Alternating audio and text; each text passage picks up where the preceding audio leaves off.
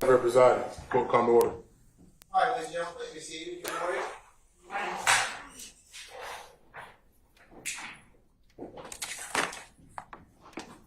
All right. Sorry, everybody present? Everybody's present. Okay. All right. Thank you. All right. Councilors, we're back on the record in the matter of the state of Georgia versus Khalif Adams et al. In 22 SC 183572. Let me go ahead and take roll for the morning. Mr. Stillwell and Mr. Sharp, good morning. All right, Mr. Williams, Mr. Steele, Mr. Adams, good morning. All right, Mr. Kendrick and Mr. Weinstein, good morning. All right, Mr. Huey and Mr. Matthews Sr., good morning. All right, Mr. Nichols and Mr. Garner, good morning. Mr. Ryan and Ms. D. Williams, good morning. All right. All right, Mr. Brown, Mr. Smith, Mr. Helsky, Mr. Atkins, ladies, Ms. Love and Ms. Hilton, good morning. Good morning. Okay, all right.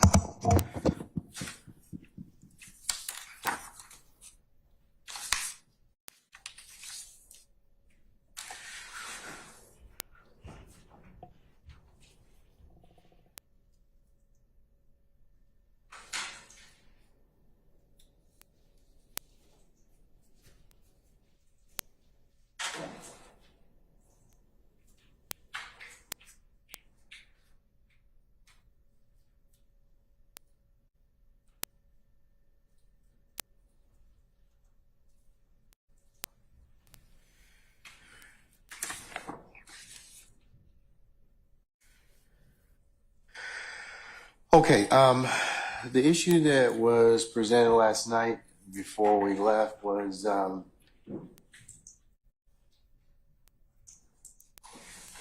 involving the Mr. Stillwell's conviction and its redaction and other uses that the state wishes to get into.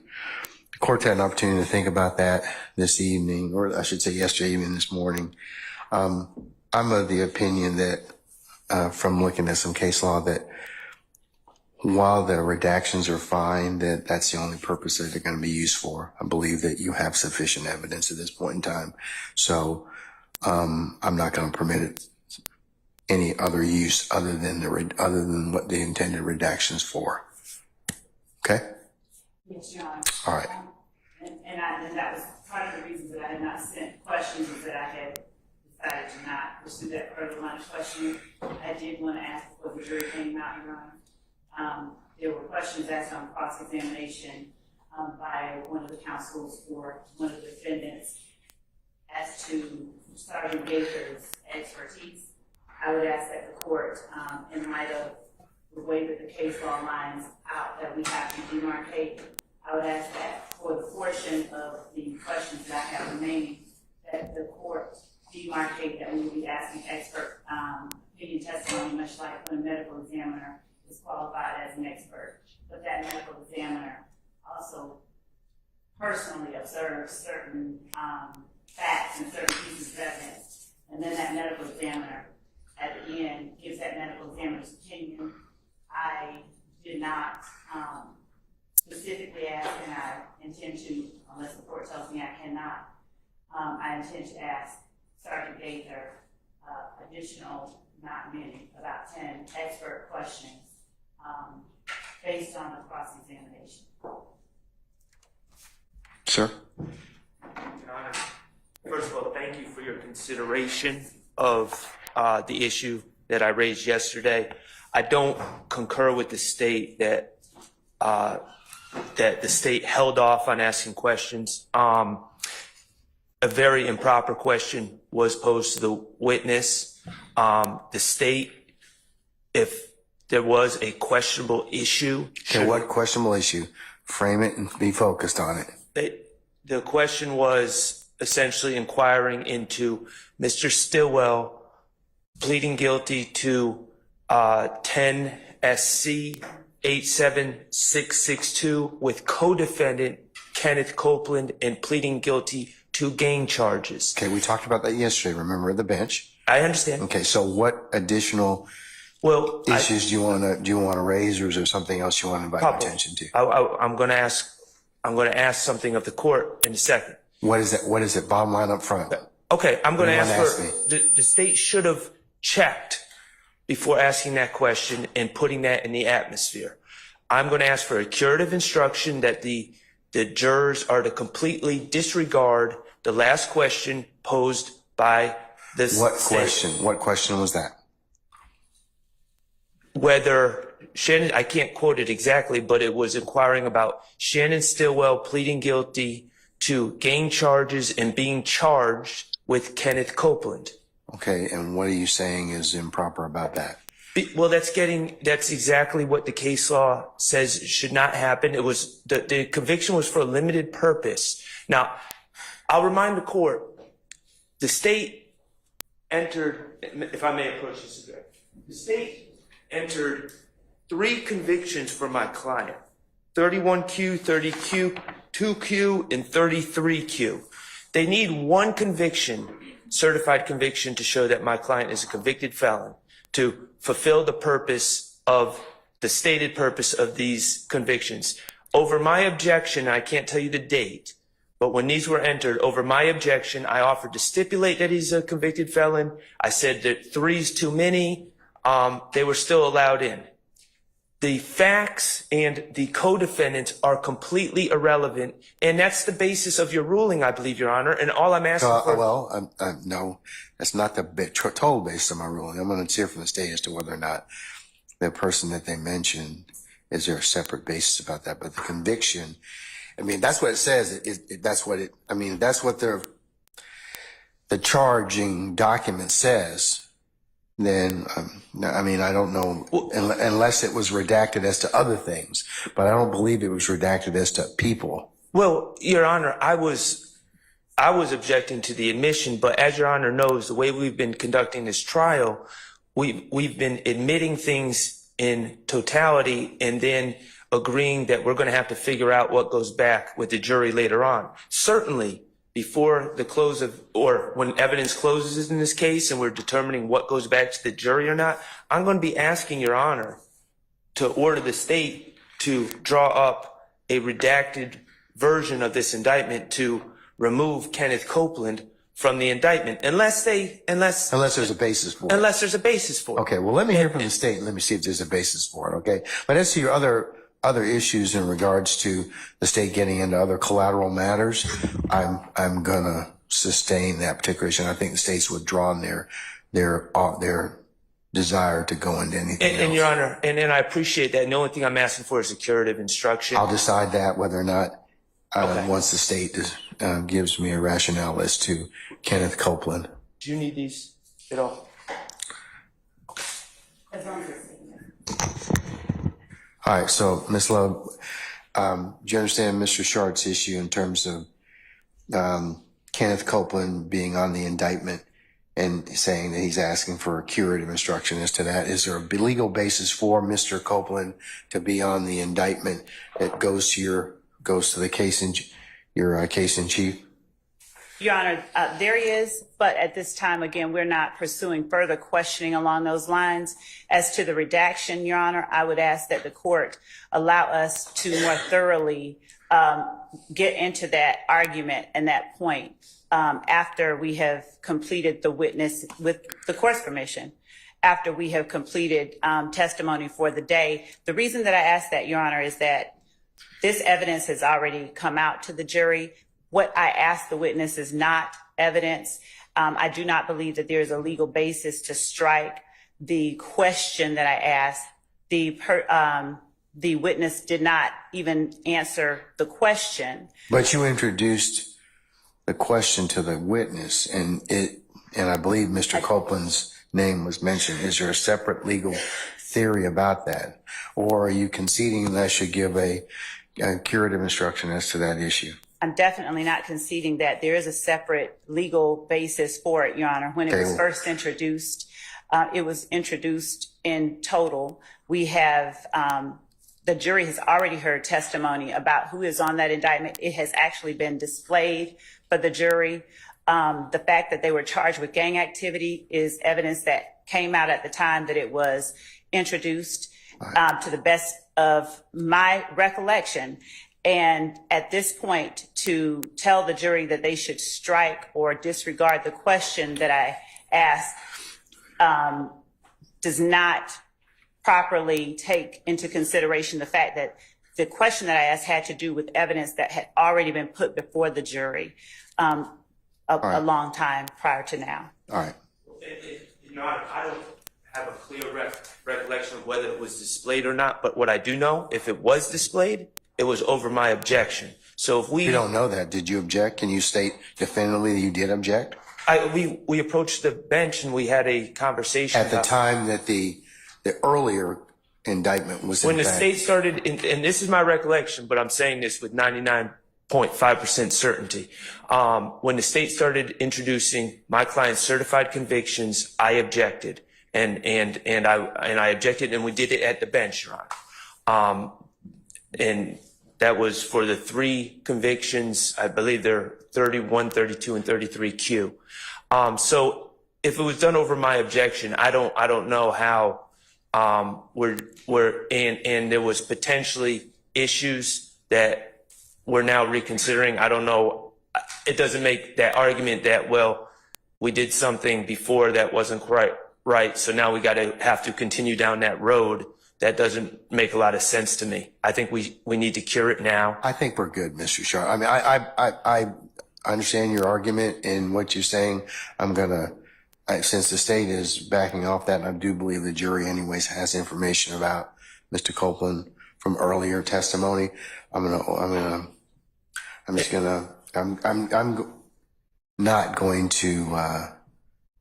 going to deny your motion at this point in time for curative instruction. And just for the record, Your Honor, based on that denial, I would like to renew my motion for a mistrial. And your motion has been noted and denied. Thank you. Okay, before the next question. All right, so can we call for our jurors? Hold on.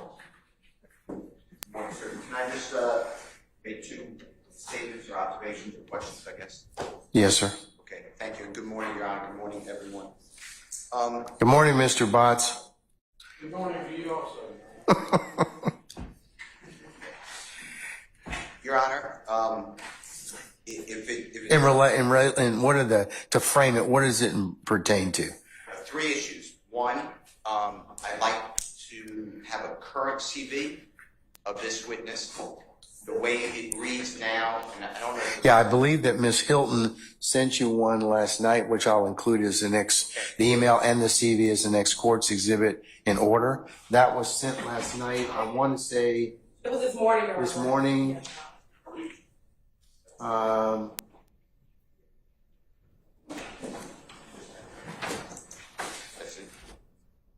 That was sent this morning, sir, about, oh, wow.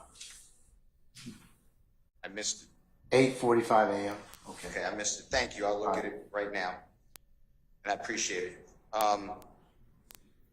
In addition, 2 other issues.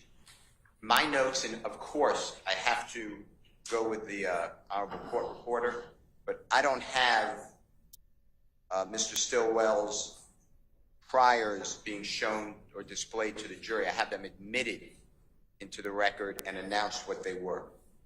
But I don't have any note that it was read on that he was convicted along with Mr. Copeland. So I don't Maybe the state can tell you that.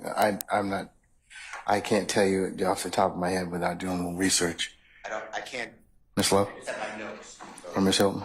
Your Honor, I would ask that we would, if we needed to get a timestamp or a particular place, that we be allowed to do that after the witnesses have testified, as we're not going into that. But secondly, Your Honor, Sergeant Gaither has personal knowledge in her role as an investigator of the relationship and association between Copeland and Stillwell. So even without referencing the conviction itself, we would we don't intend to further that line of questioning, but we would be able to ask her about the relationship she is aware of between various members of YSL. That's not what we intend to do, but with Mr. Steele's question, we would have to go look back at the record, and I don't think that at this point that's a endeavor that we should undertake. But I'll do what the court tells me to do. All right, Mr. Steele. And the third part is, I'd like specificity. I know you didn't rule, but why are we going backwards on expertise and opinions of this witness? I don't know what the state, I heard their claim, but I don't know what the state is saying, that somehow they now need to redo what they've already done. So they said they have 10 questions or something to that effect, whatever they just said to you, but I'm asking the court to limit and exclude it because it is already, that ship has passed. We can't keep going backwards and then forwards on lay and expert. It's already paid. Well, you've ruled on it. So that's my final objection. Yeah, why are we going backwards anyways? Your Honor, two things. One, we're not going backwards. We're asking. Well, how come you couldn't ask them when you qualified her as an expert?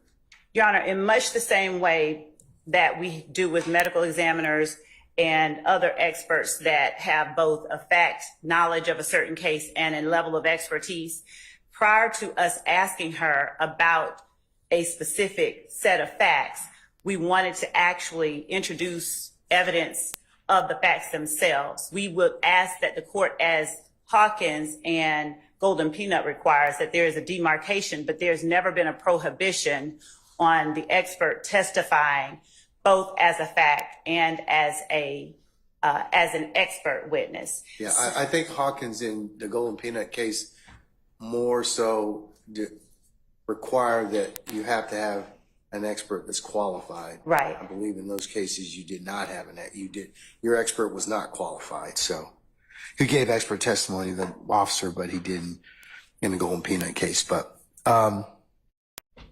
okay. All right, Mr. Steele, I'm subject to foundation. We'll see where it goes, okay? Can we at least inquire on? Yes, of course it's okay. And can the court at least inquire into what, this mystery to me of what this new evidence is that wasn't discussed and somehow now is relevant? Otherwise, all we do is approach the bench. It's you always are gracious and let us approach, but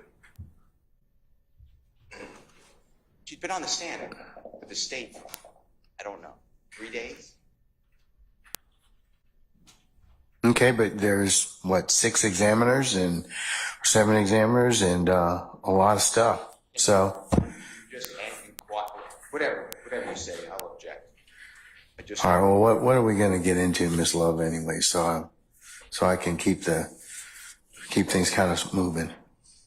Yes, Judge. I would ask her, given her background, knowledge, training, and experience, what factors led her to identify, what was it that led her to qualify or classify YSL as a gang? That's been asked and answered already. It wasn't. The court did not permit that question. They objected on the basis of her giving the law, and the court did not. All right. Okay. That. All right. I would ask the witness, what about the April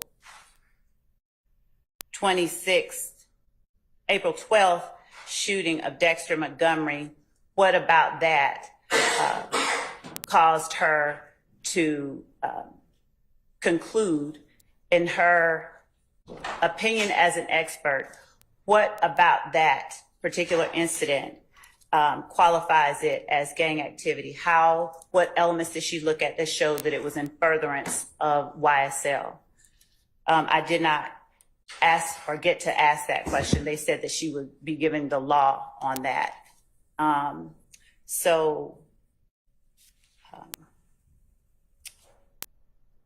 I believe that, just 1 second, Your Honor. Let me see that.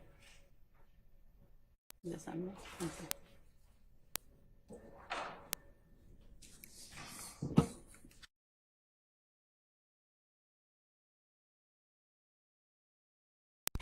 And that's generally the questions regarding her expertise or her opinion as an expert be getting into. What about this crime led her or leads her to conclude, or does she believe that this crime was in furtherance of the gang, of a gang? What gang does she, in her expert opinion, based on her knowledge, training, experience, does she believe that this crime was done in furtherance of? And what about this crime led her to that conclusion? Those are the expert questions that I intend to get into. All right. Bless you.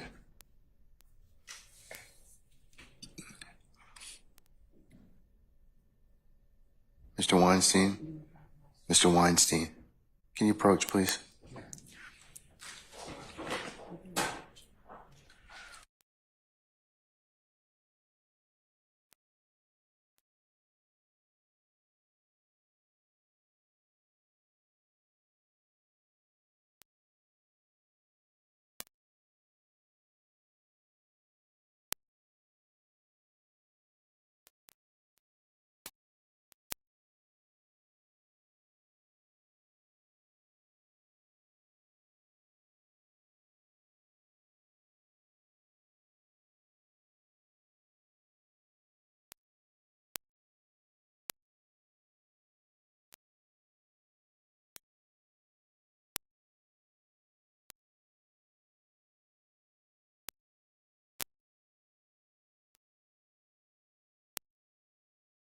I'm sorry, go ahead. Thank you, sir. Your Honor, the Honorable Keith Adams told me that he remembers these questions being asked.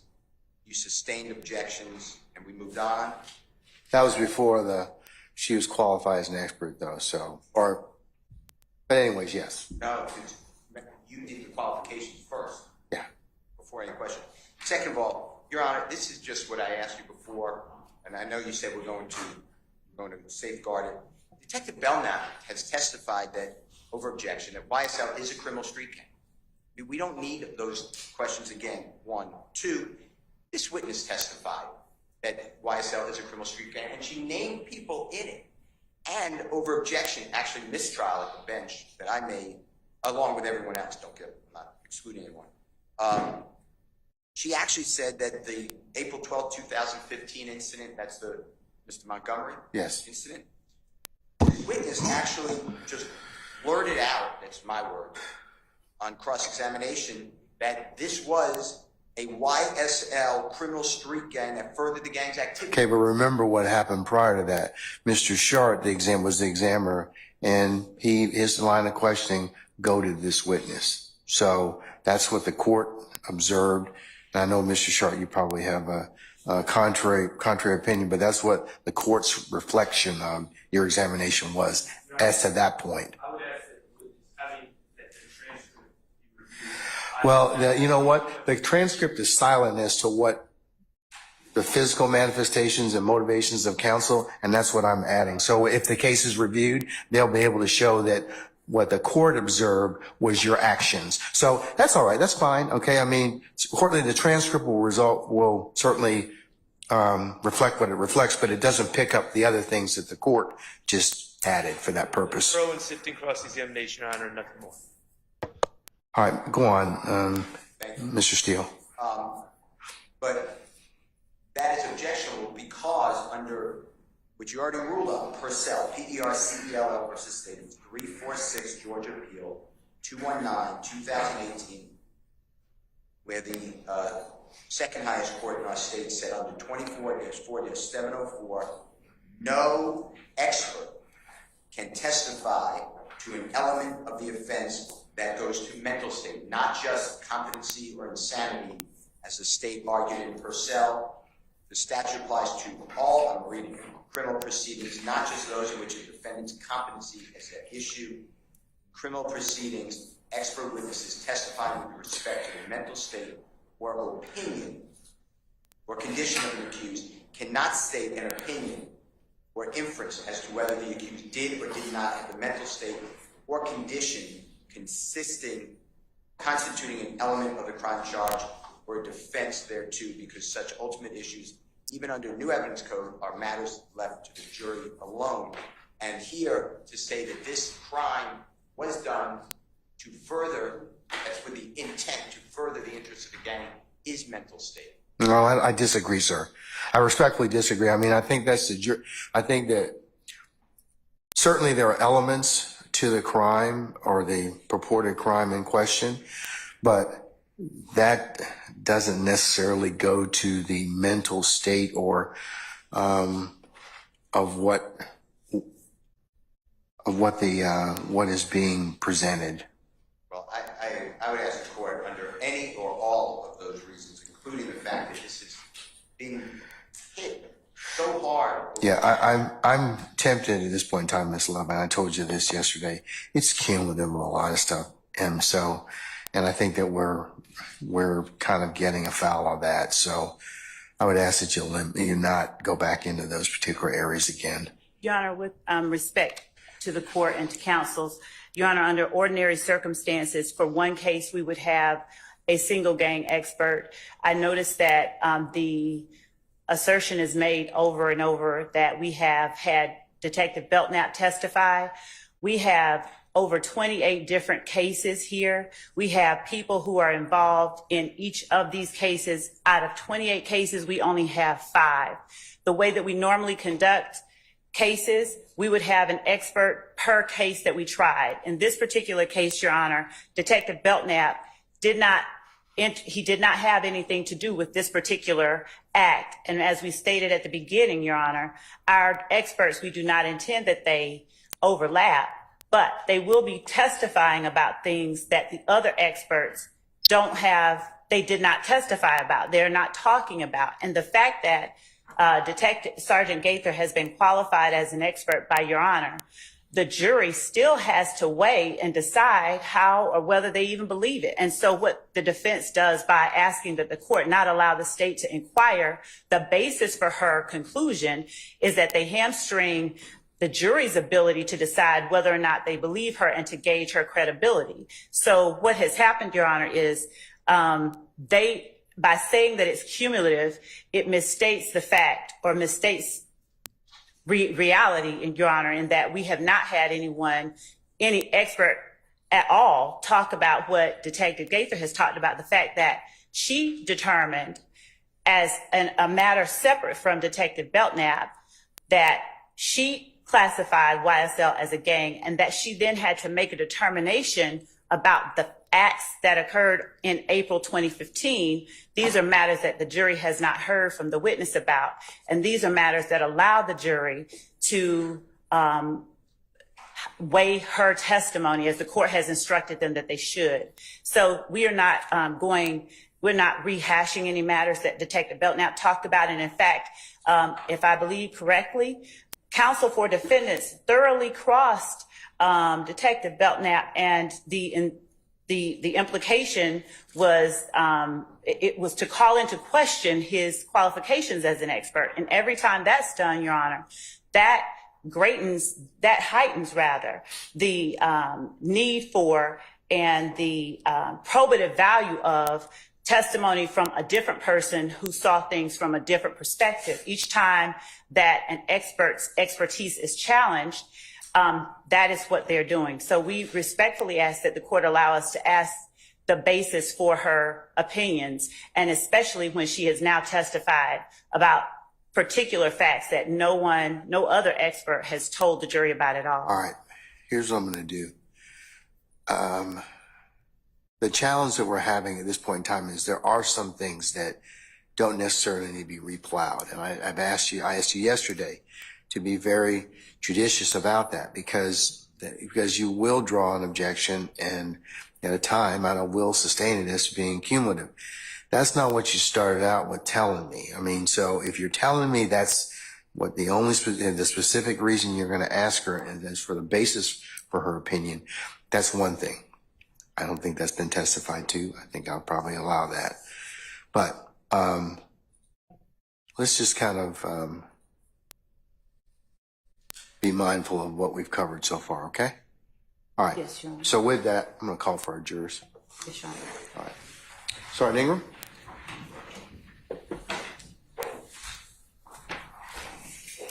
Give me anything you think I need to ask.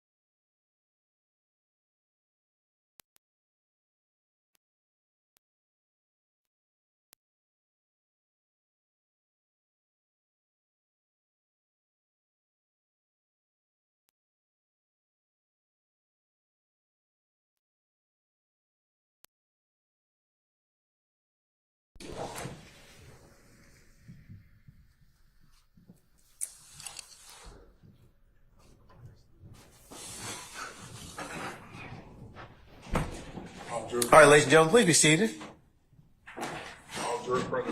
All right, thank you, Sergeant Ingram. Your Honor, may we call the Yeah, your witness, I think we're going to get her.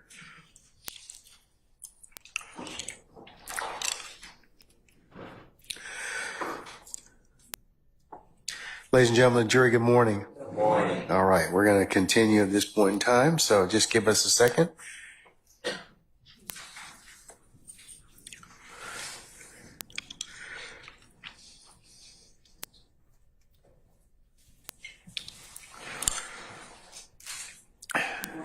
All right, good morning, Detective Gaither. Madam, you're still under oath? All right, you may continue, Ms. Lowe. Thank you, Your Honor. Sergeant Gaither, you were qualified earlier in this trial as an expert by the court. I want to ask you, given that you talked about your knowledge of YSL members being interested in music, would you tell the jury the basis for your classification of YSL as a criminal street gang? Objection asked and answered. Overruled, sir. Based on information we had from police reports, members, activities, criminal activities in the community, as well as their willingness to display. Overruled, sir. That was Brian, that was Mr. Steele, confrontation clause. All right, overruled. As well as their willingness to display their gang ties, whether it's through their clothing, tattoos, posting information on social media, referencing their gang, as well as committing crimes. That's how we categorize YSL as a criminal street gang. And were you aware of crimes that at least 3 members of YSL had committed in furtherance of YSL?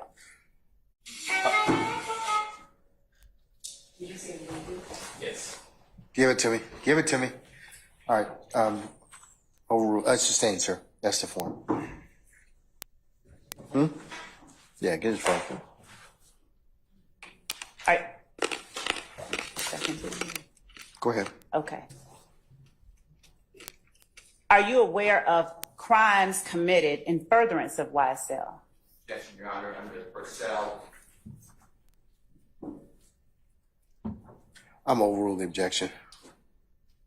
There have been crimes committed in furtherance of YSL. Is it 15? And, Oh, I'm sorry. you testified that you took out. Objection to the form of the question. I sustain the objection, sir. With respect to the crimes that occurred regarding Dexter Montgomery, based on your background, training, and experience in the area of criminal street gangs, in your opinion, were those crimes committed as related to Dexter Montgomery committed in furtherance? Objection, Your Honor. Basis. Leading. Overruled, sir. Mr. Sharp? Objection, Your Honor. Improper topic for witness, expert witness testimony. Overruled, sir. Mr. Steele? Objection under Purcell, P-E-R-C-E-L-L versus State. Overruled, sir. 24-7. Overruled, sir. Were those crimes committed in furtherance of a criminal street gang? Yes, it was. What criminal street gang? Objection. Ask and answer. Overruled, sir. YSL. Would you please tell the jury the basis for your conclusion in your expert opinion that these crimes were committed in furtherance of the gang YSL? Same objection. Ask and answer. Under Purcell. Overruled, sir. Same objection. Leading, Your Honor. Overruled, sir. You may answer the question for the jury, please. Yes. I came to the conclusion that the criminal act that YSL committed was considered criminal street gang activity based upon the persons that were involved in the crime, which was Walter Murphy. He was a confirmed member of YSL. Demaz McMullen was a confirmed member of YSL, as well as Kelvin Treadwell was a confirmed member of YSL. Another factor that I used was Mr. Murphy's, he was pretty popular in the neighborhood, and a lot of people knew him. He also had a tattoo on his face that said YSL, and he made no effort to cover up the tattoo, to disguise it, and the brazenness of the actual crime, which made it, in my opinion, in furtherance of YSL, the act. Thank you. And I want to, Your Honor, at this point, ask related to a question on cross about a fact that was made. Objection to the form of this question. I'll sustain the objection. Just ask the question. Okay. You were asked on cross-examination about your role in the Donovan Thomas murder. Do you recall that? Yes. What was your role in the Donovan Thomas murder investigation, if any? Objection. Ask and answer. Overruled, sir. I wasn't the lead detective on the case, but our major crimes unit, which includes homicide gang, the gang unit, other units, we work in conjunction with each other. So although I was not the lead detective on the actual murder case, my partner and I were working several shootings and incidents in and around the Donovan Thomas murder. So we did help Investigator Thorpe as much as we could, but we also were working independent cases that were still related to the actual homicide.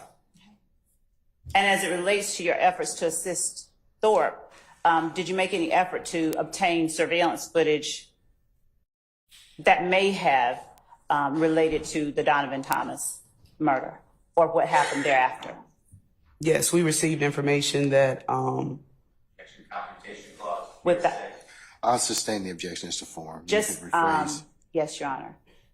Did you go anywhere to obtain surveillance footage that may have given information about participants in the murder? yes, And where did you go? the McDonald's on Cleveland Avenue, right at Old Hateville Road. And were you successful in obtaining or getting surveillance footage from that location? I was not. You were asked on cross-examination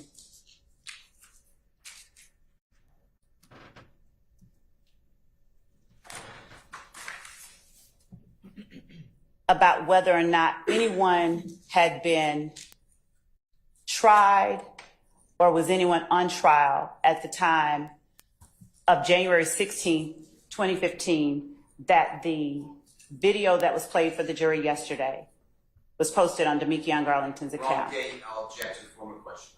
I'll sustain this as a formal question. You can rephrase.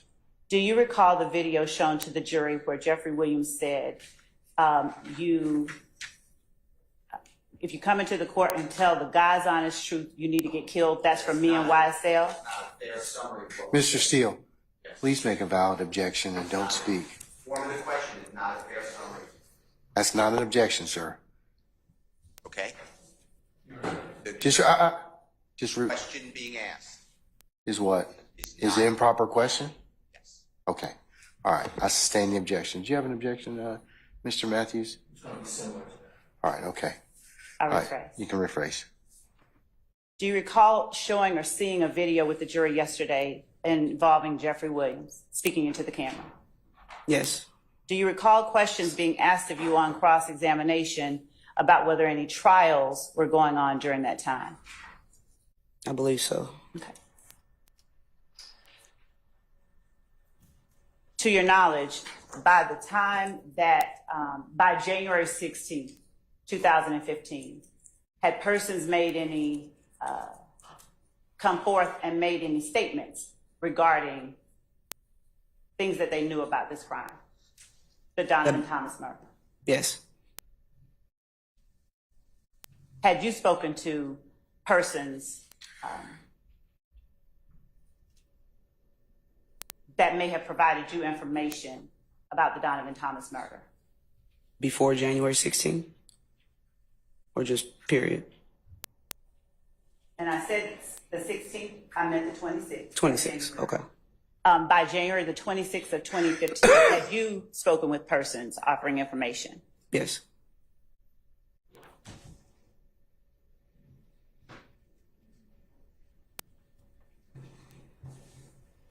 Would you tell the jury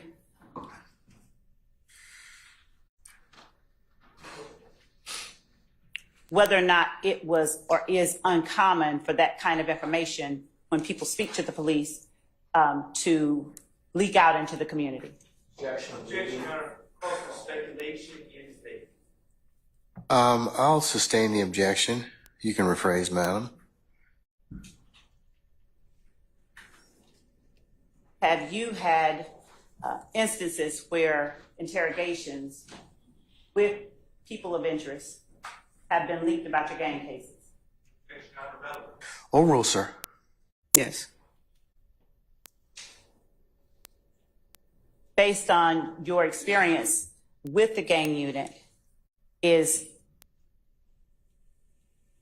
snitching or talking to the police about crimes considered a good thing or a bad thing, generally speaking? Objection, vague or way beyond expertise. Overrule, sir. From the suspect's point of view, or? From the suspects, from the people that you encounter when you're investigating these cases? Objection calls for hearsay. Overrule, sir. You may Yes. answer. It's generally not considered a good thing to talk to police.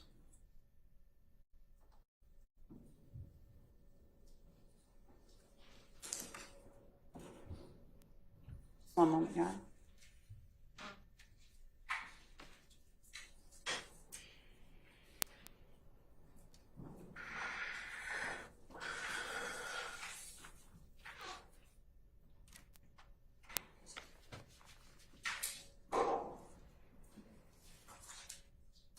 And when you attempted to get the surveillance footage from the McDonald's, Yes.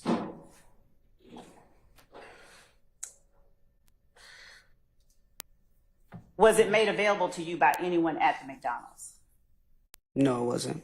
Did you pass this information along to the lead investigator in the case? I did.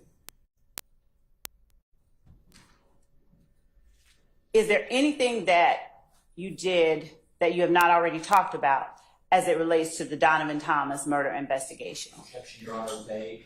I sustain the objection. Was working the shootings and attempting to collect the surveillance footage from the McDonald's the majority, the main things that you did with the Donovan Thomas murder investigation? Objection, vague. Overrule, sir. Yes. Just one second.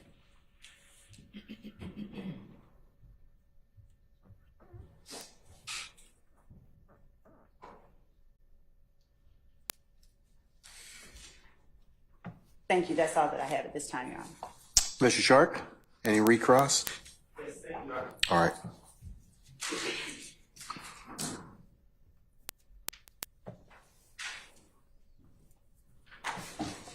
Investigator Gaither, good morning. Good morning. You were that January 10th, 2015 case that you were investigating going to the McDonald's, that was a murder case, correct? Objection as to the form of the question. Overruled. That was a murder case, correct? I did not investigate the January 10th incident, sir. You didn't go to the McDonald's? You just testified you went to the McDonald's. That wasn't about the January 10th, 2015 case? You, Your Honor, I object. Basis.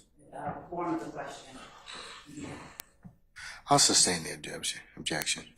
Did you just testify that you went to McDonald's on Cleveland Avenue and Old Hayfield Road to retrieve surveillance? I did. Was that in relation to the investigation of the January 10th, 2015 murder case? Correct. Okay.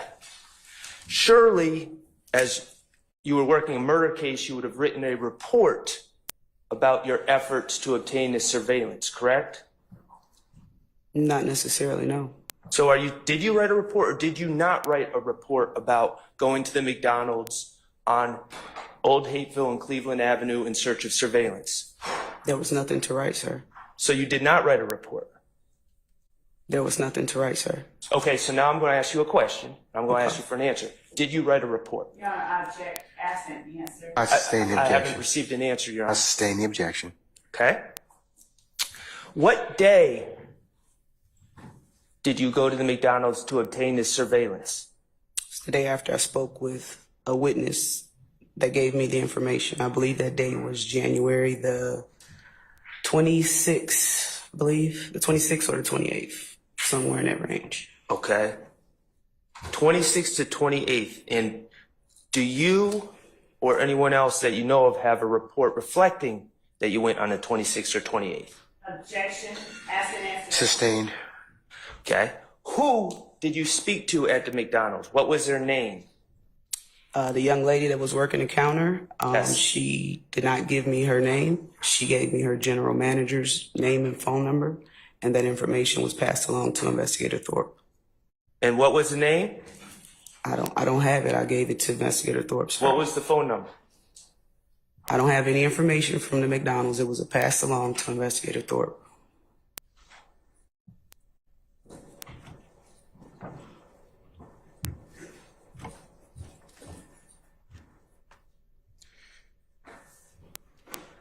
I have no further questions. Thank you. All right, sir. Mr. Steele? Thank you, Your Honor.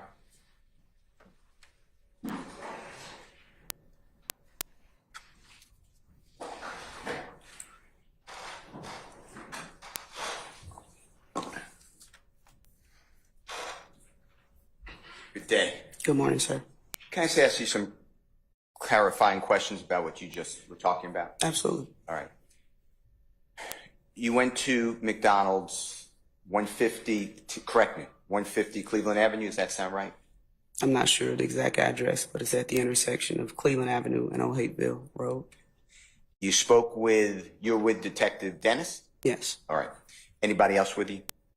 No, in our vehicle? Or No. in the McDonald's? Just Investigator Dennis and I and whoever was in McDonald's. You're there on or about January 26th, 27th, or 28th? Does that sound right, 2015? That's what I just stated, sir. Yes, sir. You, along with in lockstep Detective Dennis, speak with the counter person, the person working at the counter at McDonald's. Fair to Correct. say? Objection, Your Honor. Ask and answer. I sustain the objection. You get the name and a telephone number to a manager, McDonald's. Is that fair to say? Sir, I just stated that. Yes, sir. Okay. You pass that information along to Homicide Detective Thorpe, City of Atlanta. Yes, sir. And he is the person, Thorpe, fair to say? Is that how he spells his last name? THROPE. Yes, sir. And you pass along that information to Detective Thorpe, the Yes, phone sir. number. Did you, Detective Dennis, do anything further to obtain the surveillance video from that McDonald's? It was nothing else to do, sir. Because it's Detective Thorpe as the lead detective, is that why? Correct. I was given the information that particular persons were at the location shortly after the homicide. I was proactive in going to the McDonald's, went there, it was video cameras outside. The young lady was not very helpful. She obviously knew that we were police officers and she was not willing to give us information regarding their camera systems. So I asked for her general manager's phone number and name, which she gave me, and I in turn passed that along to Investigator Thorpe. And that was pretty much it as far as and as far as you know, I'm not asking you to speculate, Detective Dennis's involvement with obtaining information for the video. I did not do anything further to obtain the video. Okay. Let's talk about, you mentioned with the ladies and gentlemen jury, and I don't remember the address. If you can tell them where it is, that would be helpful. The Green Store. Can you tell them where that's located? It's at the intersection of Glen Street and I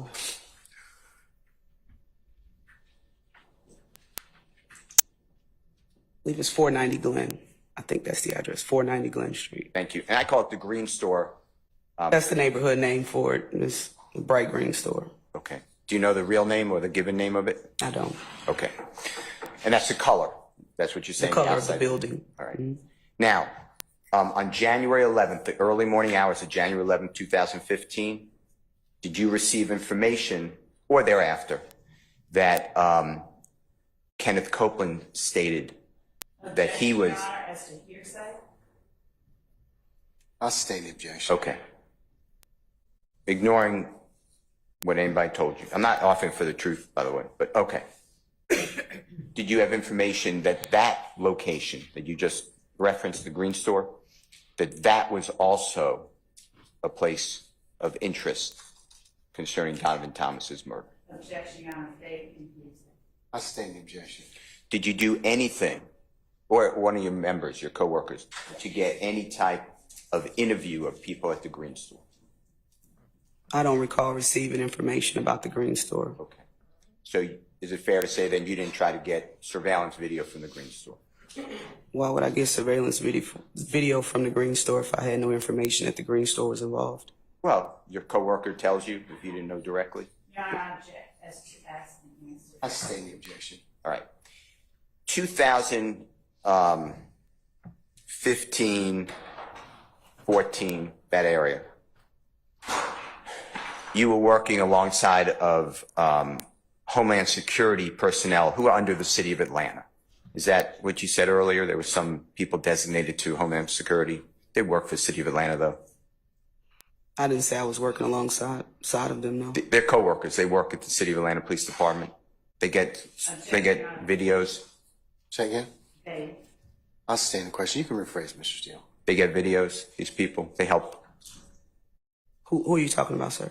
Remember you said, and I can't remember the gentleman's name or the young lady's name, but you said that there was somebody who helps secure videos. Investigator Teague? I think it is. Yes, sir. Okay. And isn't he under, I know he's with the city of Atlanta, but isn't he under Homeland Security?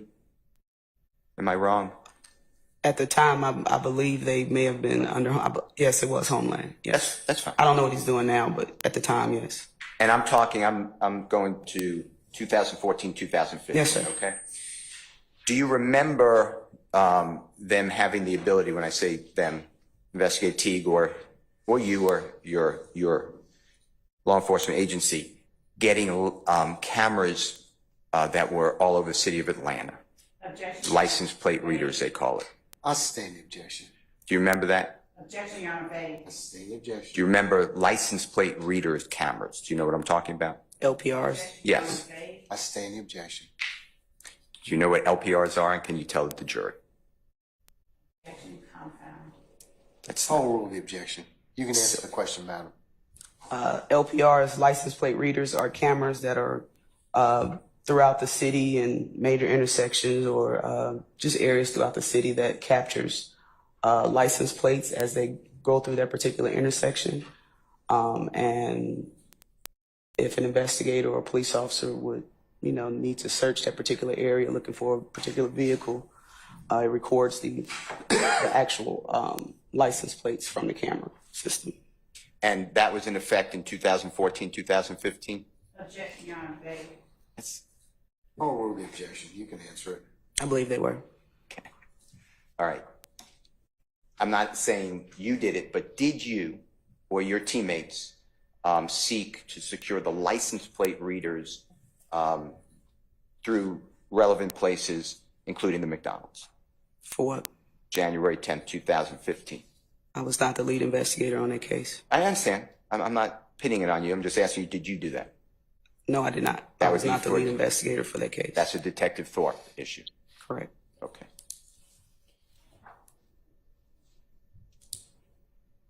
Were you in the room or looking in the room? So, from a two-way mirror or a camera when Detective Thorpe was interviewing on video, audio, Kenneth Copeland on the early morning hours of January 11, 2015.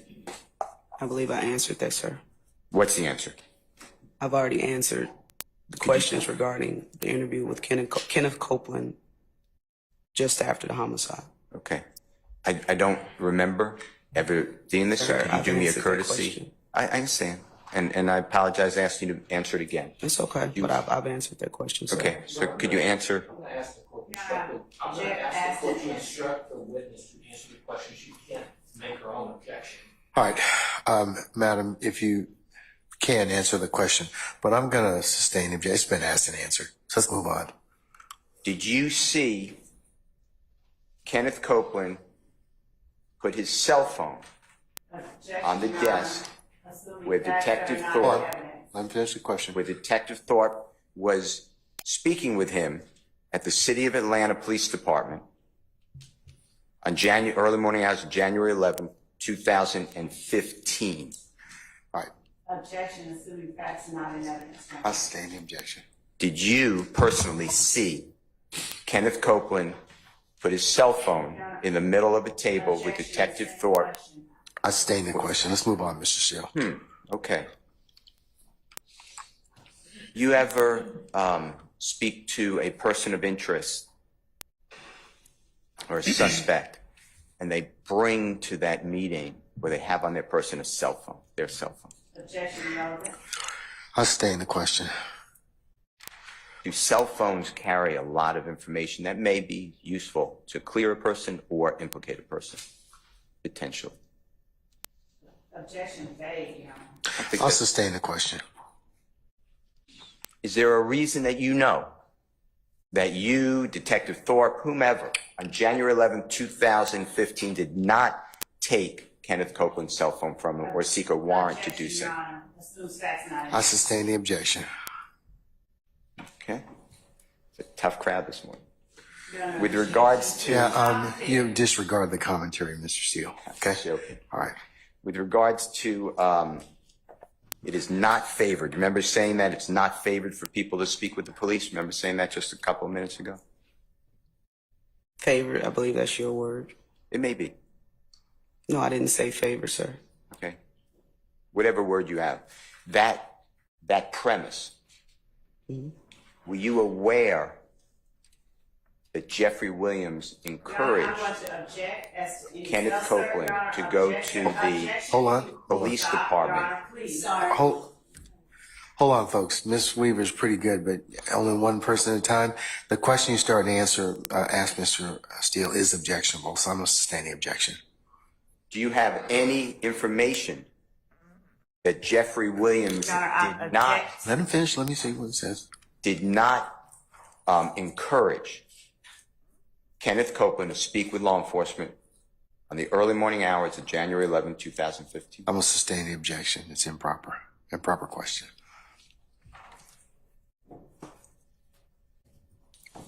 Thank you, sir. All right, thank you. Anyone else? Mr. Matthews? All right, Mr. Garner? All right, Miss D. Williams? All right, Mr. Weinstein? No, Your Honor.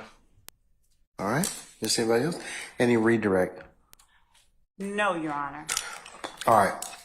May retired investigator, detective, dentist be permanently or temporarily excused? Gaither, Gaither. Be permanently or temporarily excused as a witness? temporarily, Your Honor, but we don't expect that we'll be calling her back, but just in case, we don't know. May I join in that and the subpoena that the state has on Detective Gaither? Your Honor, I would object. Mr. Steele, Mr. at this point in time, I don't think we should cover that. Can we cover that in just a minute? I'm answering your question. I don't want... No, can we cover that in just a minute? Whatever you say. Okay, all right. Just give me a minute. We'll cover that, okay? All right. Madam, Sir. I'm going to temporarily excuse you as a witness. That means you'll be subject to being recalled at some point in time. We will give you plenty of advance notice as to when and if you need to be called as a witness. I just ask you to not discuss your testimony with anybody except the attorneys in this case, okay? Yes, sir. All right. Yeah, Thank you. All right.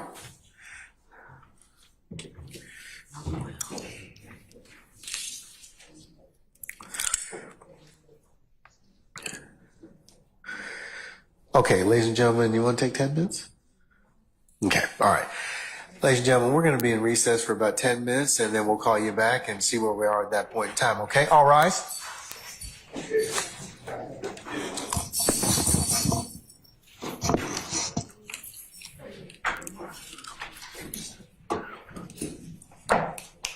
Okay. He's like, I'm ready. I'm ready. He's like, you're just tormenting me.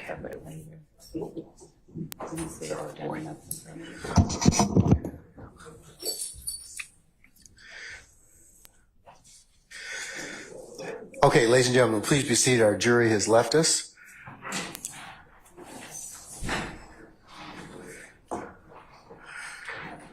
Okay. Mr. Steele, I didn't want to take that up in front of the jury. Your request to join in the subpoena because you're not required to present any evidence, and in the abundance of caution, you may make that decision at any point when the appropriate time comes. But I don't think it's proper for you to state that in front of the jury. Okay, so I will acknowledge the premise that certainly if you've served a subpoena or whatever else, but that's not for their consumption at this point in time. The jury, that is, okay? Yes, sir. I did not serve a subpoena. That's why I was asked if I could join the state subpoena. Okay, but that's something we could take up. That's why I wanted to take it up now, outside the presence here in the jury, because you don't have to present anything in this case. And the law provides you with great flexibility to decide whether or not, as I've mentioned many times before, as to whether or not you and any of the other accused in this case decide to present a case at all. And if you just change your mind, that's your purview. But that's why I want to take it up outside their presence and hearing, okay? Yes. All right. Okay, so to the extent that you serve a subpoena on her as well, if in fact you decide you want to do that, that's all well and good, but I think that she will be made available again as a witness, okay? All right. Okay, before I give you all your break, is your next witness in pocket? Yes, Your Honor. And who is that? It's Senior Patrol Officer T. Finney. Okay. All right. Let's go ahead and take 5 minutes or 10 minutes, and we'll come back in and we'll see where the day leads us. Okay? All right. We're recessed.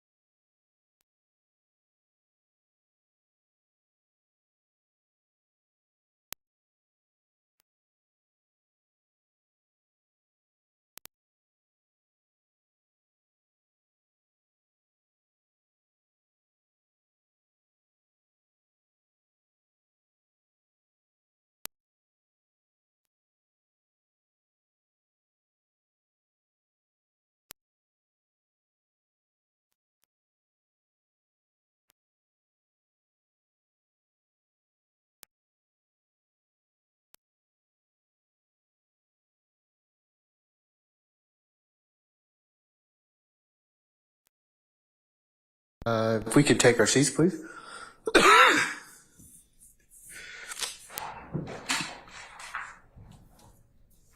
All right, Deputy Ham, all our jurors present, sir? Yes, sir. All right, summon our jurors, please.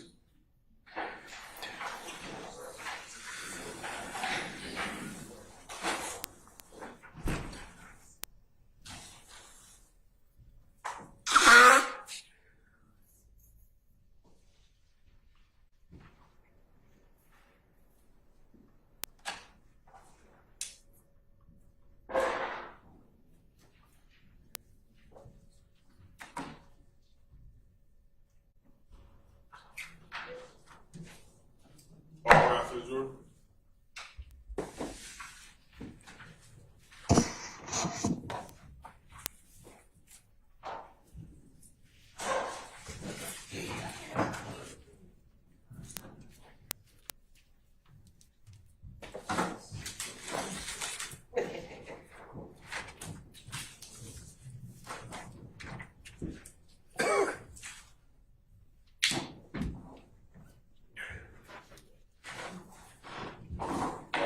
All right, ladies and gentlemen, please be seated. Thank you, Deputy Ham.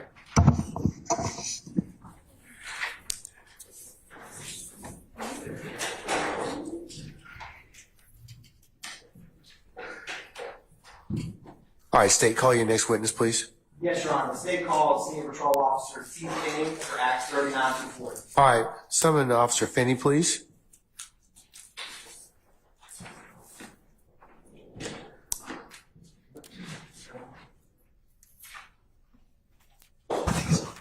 Officer Finney, good morning, sir. If you could come, please approach the witness stand, please.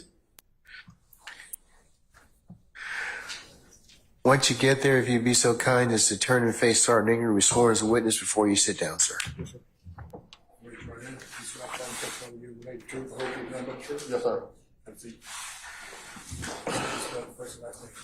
Okay. First name is going to be Tyrone, Tyrone. Last name is going to be Finney, Finney. Good morning, Senior Patrol Officer Finney. How you doing? Good morning. How you doing? Doing well. Can you tell the jury, I see your uniform, where you work? For the city of Atlanta Police Department. And how long have you worked for APD? 16 years and like 10 months. What do you currently do? I investigate burglaries in West Atlanta. What zone is that? Zone 1 And how long have you been investigating burglaries in Zone 1? since 2018. What did you do? I'm sorry, 2018. Yes, ma'am. What was your first assignment in APD when you started? When I first started, I was on patrol working the overnight shifts in Zone 1. And what parts of the city, like what beat did you work within Zone 1 back then?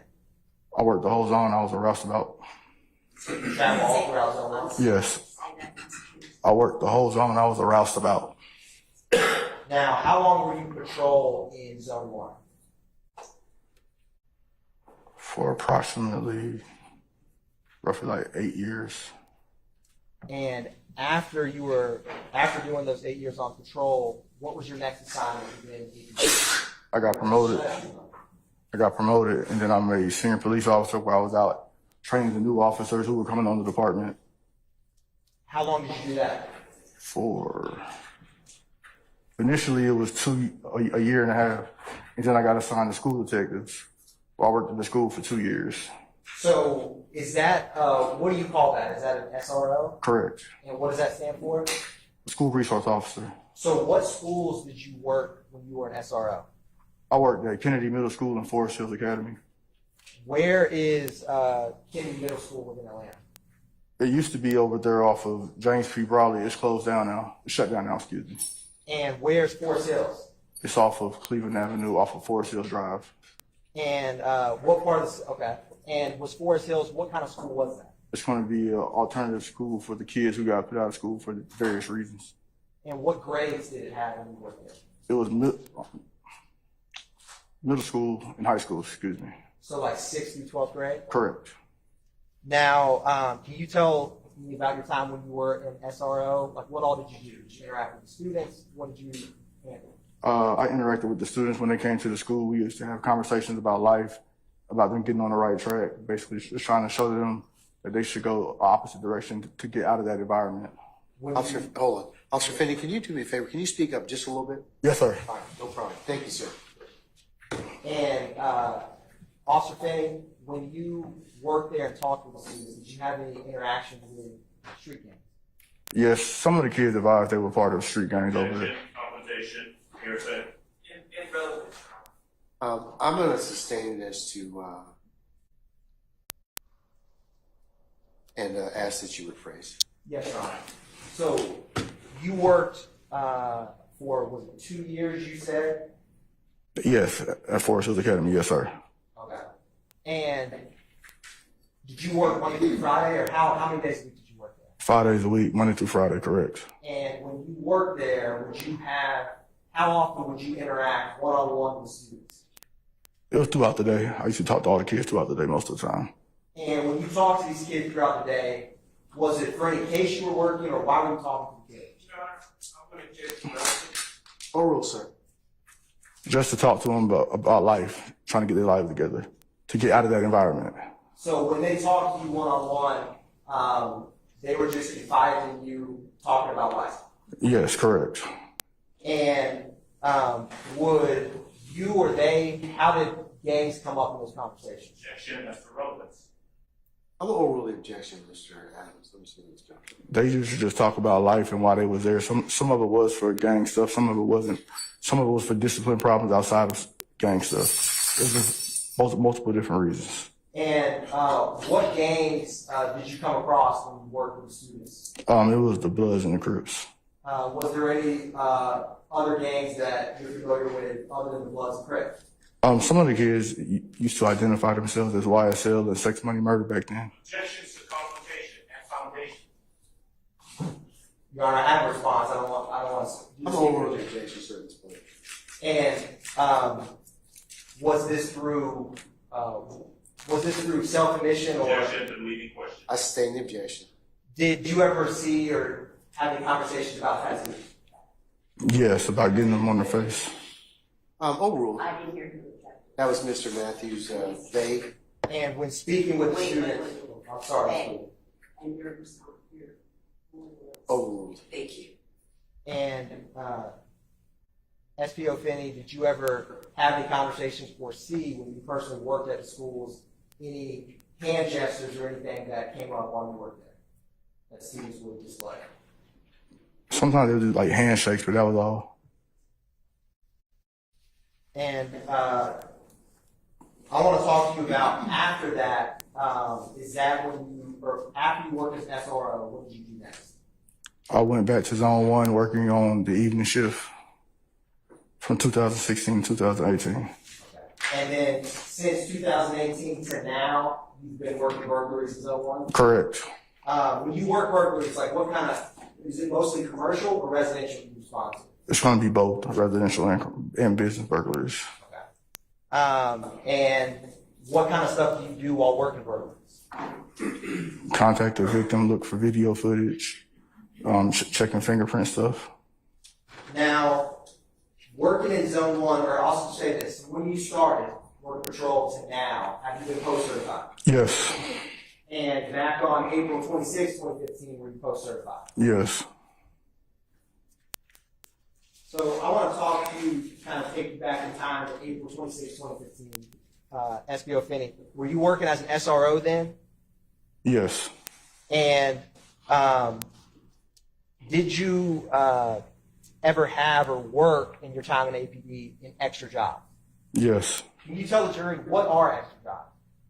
It's a part-time job that we work off duty. And when you work these extra jobs, do they have to be approved? Yes. Do you have to give permission? Yes, you have to get signed off by your chain of command. And how does that work? Like, do you choose the extra jobs that you work, or how does that go? Yes, if somebody asks you to work, you can advise them yes or no you want to work. And if you're working an extra job where you've gotten the permissions, are you able to wear the uniform while working that job? Yes, you're in uniform. Do you have your firearm on? Yes. Prior to April 26, 2015, what type of extra jobs have you worked while employed in the I worked the old Turner Field, Mercedes-Benz. I'm sorry, it wasn't Mercedes-Benz back then, but the Dome and also the nightclubs. When did you start working in the nightclubs in the city of Atlanta? Around 2010, 11 timeframe. Okay. And what nightclubs did you work at? At that moment, it was just Compound nightclub. Okay. When did you start work? Or let me ask you this: where is the Compound nightclub? It used to be located at 1008 Brady Avenue. It's now closed. And is that in the city of Atlanta? Correct. What year did you start working at the Compound? I'm not 100% sure on the exact year. That's all right. How frequent would you work there? Was it a couple times a month, a couple times a year? Probably 2 or 3 times a month. And would other APD officers work with you? Yes, it'd be a group of us working. Now, on specifically April 26, 2018, were you working an extra job that night? Yes, I was. And where were you working? At the Compound. And when you were working that night, was there any other officers that were working with you? Yes, there's quite a few officers. I'm not exactly sure who all the officers were, but there's quite a few officers working there. Was there any of those officers that you did know? Yes, retired investigator Dennis was working with me at Compound that night. How often would you work with retired Detective Dennis? Usually every time I worked. At the Compound, sorry. Do you have any present day interaction with retired Detective Dennis? Yes. What do you all do currently? We're friends, and then we do Clippers and Cops together. What's Clippers and Cops? Objection, Your Honor, relevance. Overruled, sir. Basically it's just it's a group of retired officers and current officers who go out to the community, basically trying to bridge the gap between the police and the community. And what cities does that operate in? Right now it's operating out of Atlanta and St. Louis. Now, on April 26, 2015, what was going on at the Compound that night? On April 26th, the Compound had Lil Wayne had Lil Wayne coming to the club for an appearance. So, can you kind of break that down? What does it mean to make an appearance at the club? Basically just come in and show his face and talk to the crowd, possibly. So, is it different than a concert? Correct. And when people, how often was it that celebrities or entertainers would come make guest appearances? Objection, relevance. Overruled, sir. It just depends on what was going on in the city. Since you've been working at the Compound, had you ever had Lil Wayne appear there for a guest appearance while you were working? Prior to that day, no. How is a guest appearance different than a concert? Can you break that down? Concert, they will be performing. Guest appearance, they just coming in with their entourage and just hanging out, basically. Now, back in April 26, 2015, how big a deal was it to have Lil Wayne as a guest appearance that night at the Compound? It was huge. It was overly crowded that night. Back then, did you yourself ever listen to Lil Wayne's music? Yes. And around what time did you get there, if you remember, to the Compound that night? It's probably going to be around 10 p.m. Now, in general, how late is the Compound open? Until 3. Okay. When you got there, how does it work to get assignments or positions? We will all be placed in different areas just for crowd control and traffic control. What specific area at the Compound was kind of your area of operation, so to speak, that night? I was at the corner of Brady Avenue and 11th Street. Okay. And now that night, was it raining that night? No, it was clear. And obviously, you get there at, what did you say, 11 o'clock or 10? Around 10. It was between 10 and 11. So was it dark outside? Yes. Is there any lighting on Brady Avenue and 11 in that area? Yes, it'll be lit up very well. So I'm going to approach you with some photographs. I'm handing State's Exhibit 3 Echo, 3 through 7 Echo.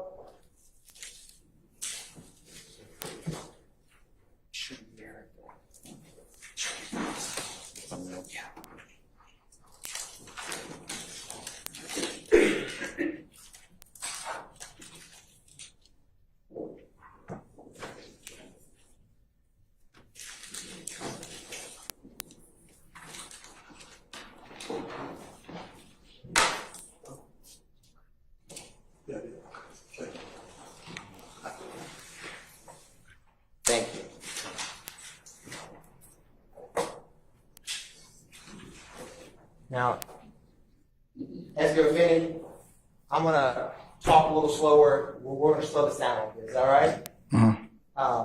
I'm gonna approach you with States Exhibit 3 through 7 echo.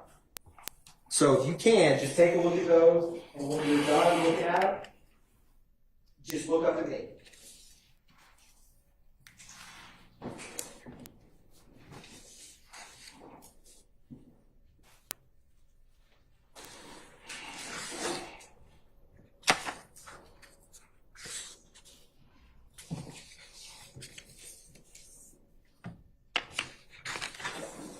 Do you recognize those? Yes. How do you recognize those? That's going to be the intersection of 11th Street and Brady Avenue. Is it a fair and accurate depiction of how the area of the compound, Brady and 11th Street, looked back in 2015? Correct. Your Honor, this time the state's going to move to tender and evidence States Exhibits 3 through 7 echo. Any objection to states 3 echo through 7 echo? No, sir. All right, states 3 through 7 echo are admitted and be published as you see fit. Thank you, Your Honor. So I'm publishing States Exhibits 3 echo now. And just to kind of orient the jury, Officer Finney, what are these?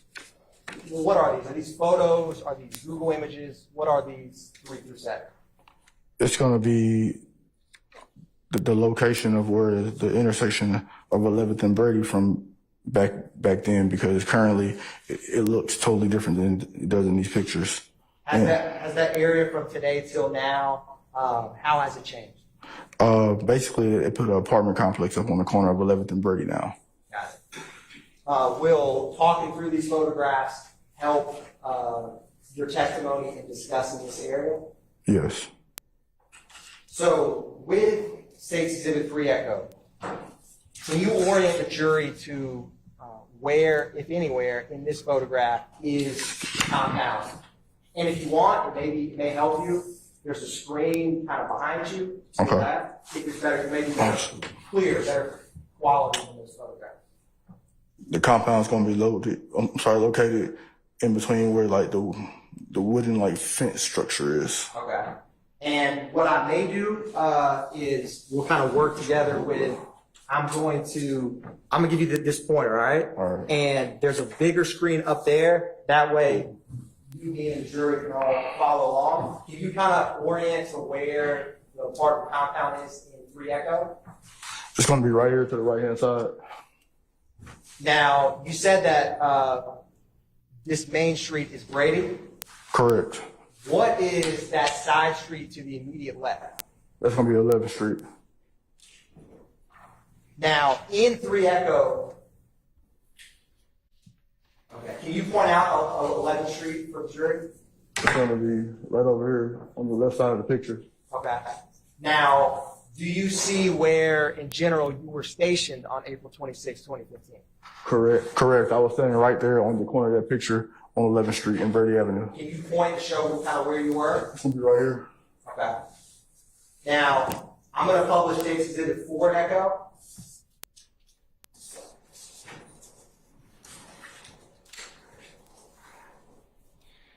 So is this photograph we were just looking at, can you orient us to this photograph? That's going to be the fence area right there on the right hand side. Is the compound? Yes. And that's Brady Avenue, the street right there? Correct. Now, on April 26, 2015, you see where there's that, I think it's a black Nissan kind of between that building and the fence? Yes. Kind of tucked back, you see that? Yes. What would this area be used at on April 26, 2015? That was the area for the VIP, also known as the section line. Okay. Now, I'm going to, and is this where you are right here? Is this near, far from where you were stationed? It's right across the street. Okay. I'm going to publish States Exhibits 5 echo.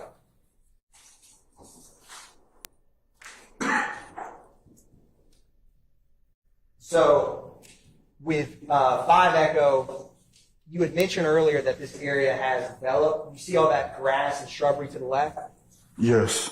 Is that how this area looked right across from the compound back in Yes, What's there now? that's going to be the apartment building. Okay.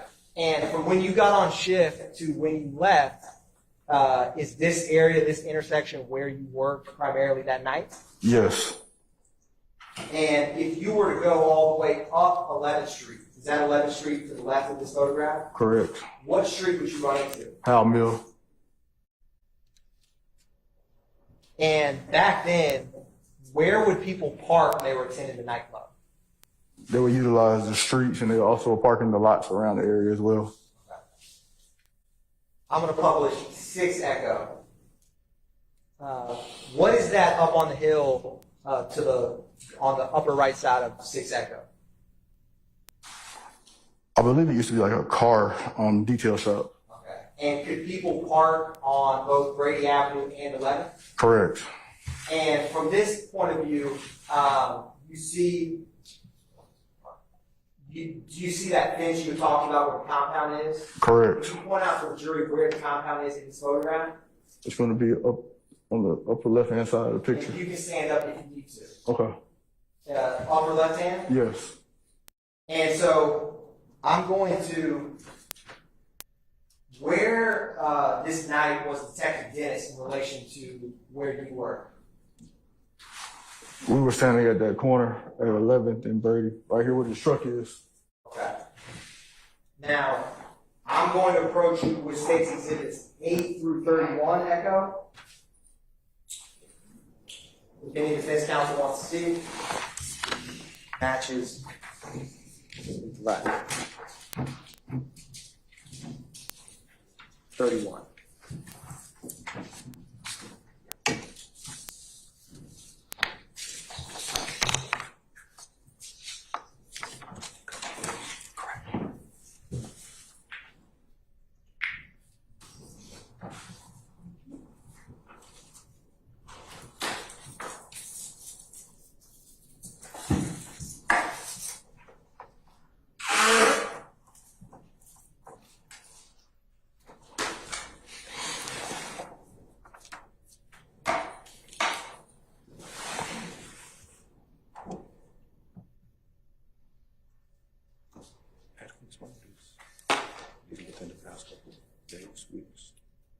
This was the, yeah, no, not.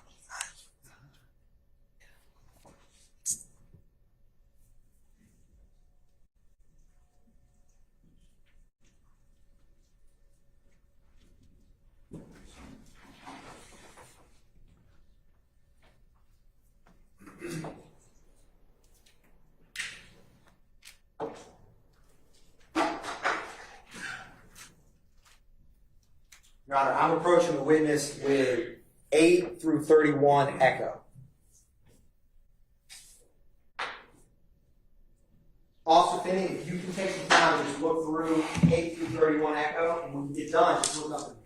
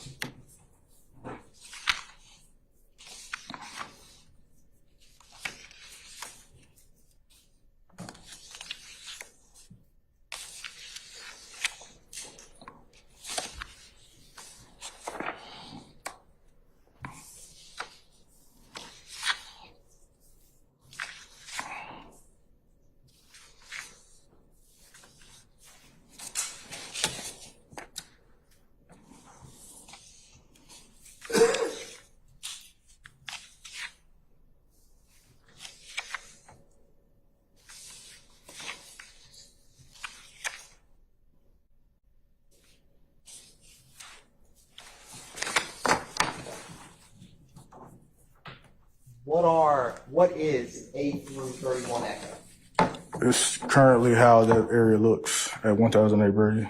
Or 11th and Brady. And how do you recognize them? From being in the area. And would referencing those assist your testimony in the jury here today? Yes. Your Honor, at this time, are they a fair and accurate depiction of how Brady Avenue and 11th Street looks present day? Correct. Your Honor, at this time, the state is going to tender in evidence states exhibits 8 through 31 echo for demonstrative purpose. Any objection to states 8 through 31 echo? Not that any objection, no. All right, they're admitted and they be published as you see fit, sir. Now, I'm going to jump around a little bit from how those numbers are, but we're going to start with 22 echo. So, you had mentioned Little Wayne's having a guest appearance. What is this structure we see in 22 echo? That's going to be one of the entrances to the club. Okay. And you had just discussed it, but is this how the area looks present day? Correct. And is that structure, is it any different, or is there any difference from back on the night of April 26, 2015? No, it's still the same. Okay. Now, back then, would this be like the front entrance, the side entrance? What kind of entrance would this be? That'll be the general admission line. Okay. Do you remember how much it was to get in there back then? I have no idea. Okay. Now, you see where there's this, I think is that a bike lane by the roadway? Yes. And you see those cones? Yes. Was that right outside the entrance to the compound back in April 26, 2015? No. What was there? It would be parking and there will also be some gates for the entrance to get into the club. Okay. Now, when you say gates, is this like gates you'd see at like a baseball game, like to tell you where to go, or lines for like a concert? Correct. Okay. So like gates that come up to like your waist? Yes, directional gates, correct. And would you have one line, multiple lines? How would that work? There'll be multiple lines. Okay. And would some cars be able to park on this part of Brady Avenue? Yes.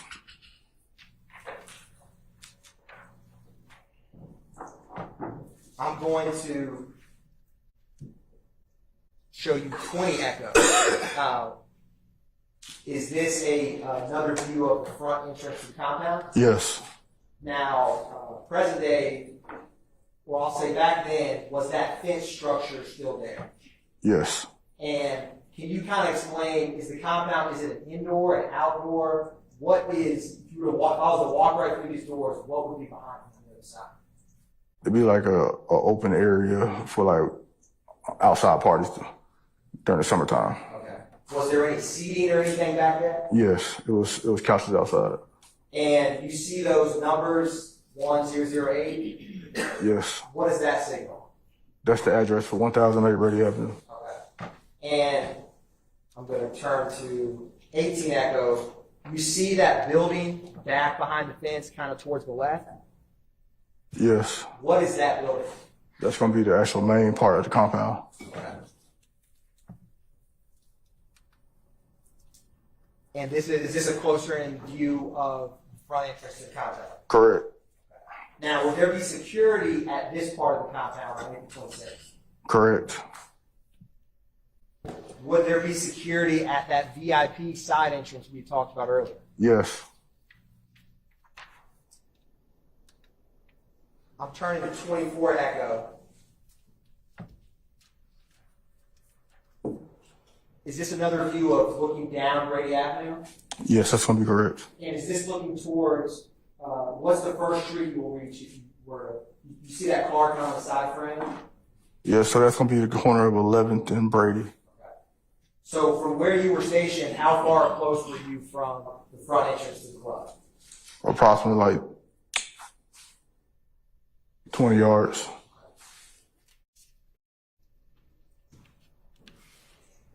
Now, this may be hard to see, but bear with me. You see, very back, you see like what looks like a bluish sign if you go all the way down Brady?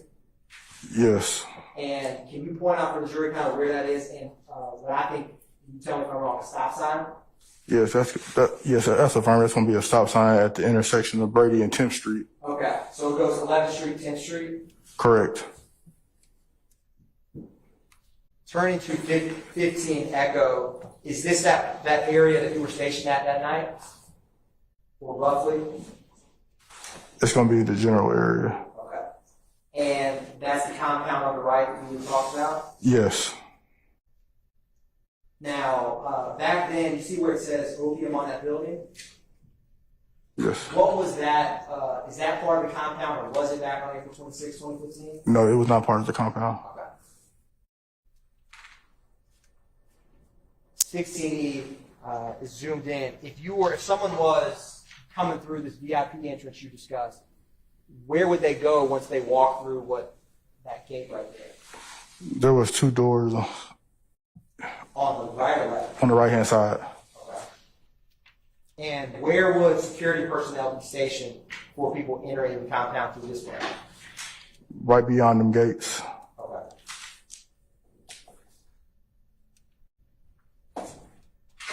And this is another picture of that? Correct. Now, 8 Echo, do you see where you were stationed that night in 8 Echo? Yes, I was stationed at that stop sign, in the area of the stop sign. So. Now, I want to talk to you about that night.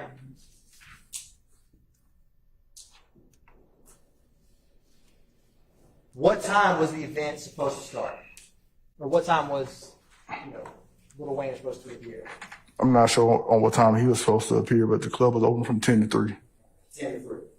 And when you first got there, had Lil Wayne arrived yet? No, Do you remember him ever arriving at some point while you were on shift? I don't recall him arriving. Okay. As in, did you ever personally see him arrive or realize he got there? No. Okay. Now, I'm going to publish 29 Echo. Do you know where what side street is this right here? That's going to be the intersection of 10th and Brady. Okay. Now, do you know or remember learning how Lil Wayne got to the compound in his entourage? It was going to be on a tour bus. Okay. Do you know where that tour bus parked? It was somewhere in that area over there. And by over there, can you point for the jury where it was? Right here. Okay. And just to orient the compound and where you were stationed, would that be to the right or left on 29 Echo? It'd be to the right. Okay.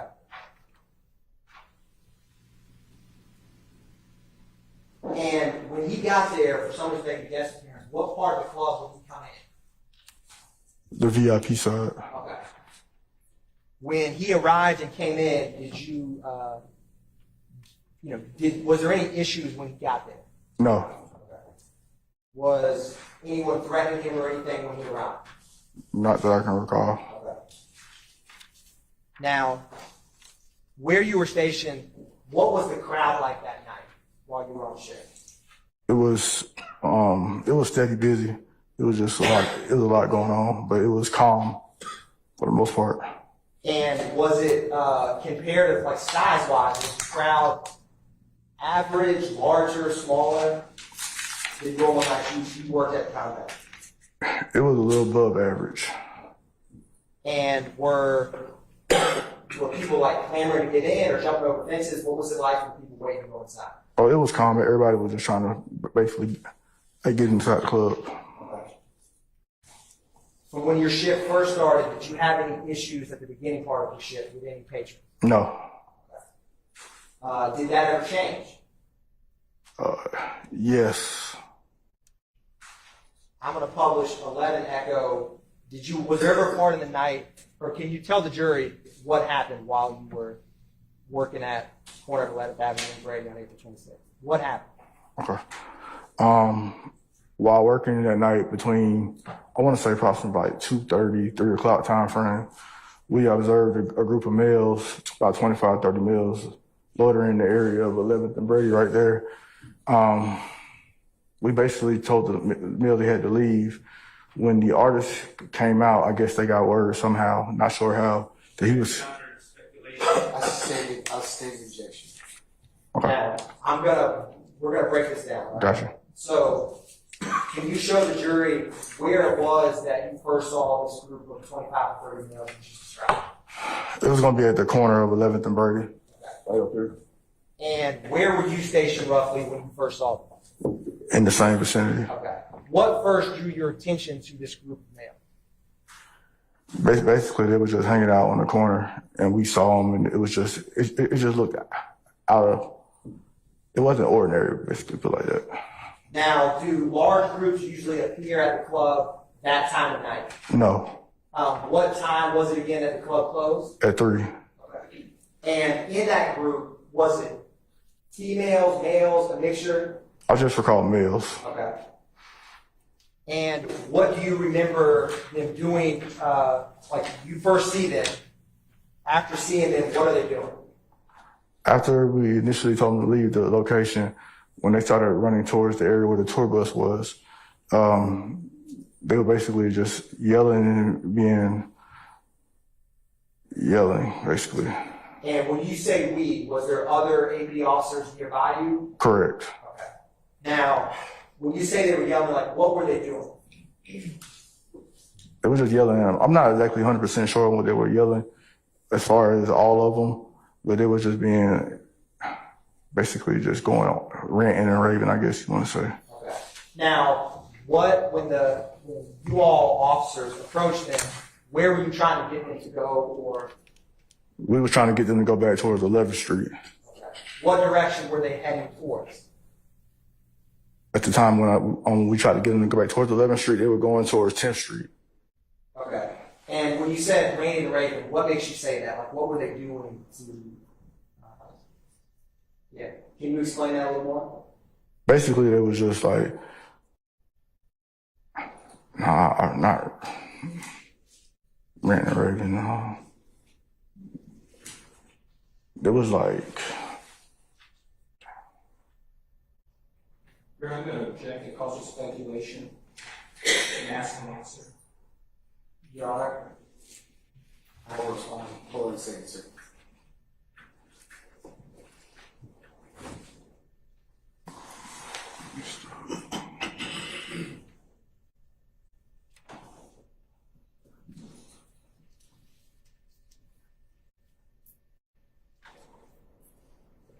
I'm going to overrule the objection. You can answer it. Now that you got some time, what was the group doing? they were just like being disruptive. And they were making like gestures, disruptive gestures, basically. What do you mean by disruptive gestures? Like they was trying to get towards to the area where the bus was located at. Okay. And so looking at 11 Echo, what would the bus, can you kind of describe where the group was directing this to? Like where would the bus be in relation to this photograph? It'll be to your right.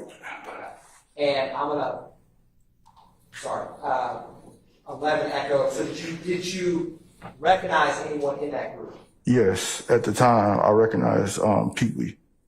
Okay. And you say Pee Wee, do you know what his name is? Is that a nickname? Yeah, it's a nickname. Okay. I know him from the club scenes throughout Atlanta over time. Okay.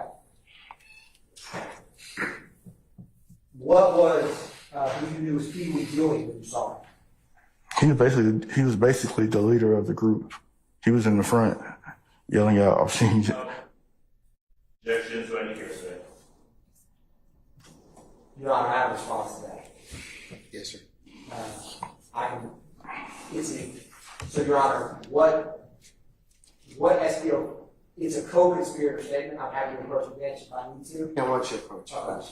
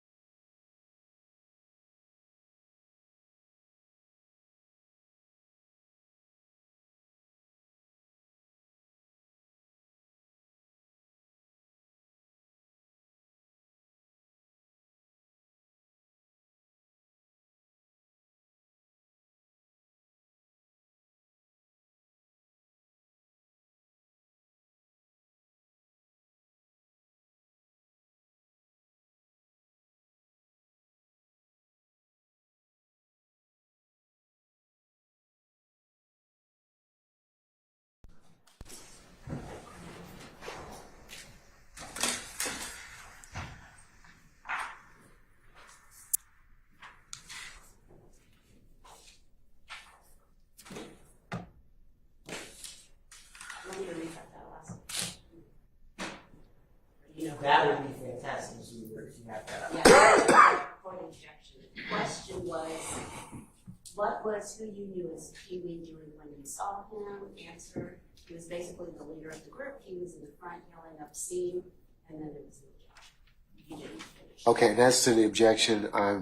As mentioned earlier, I will overrule the objection for the basis given the court's current ruling.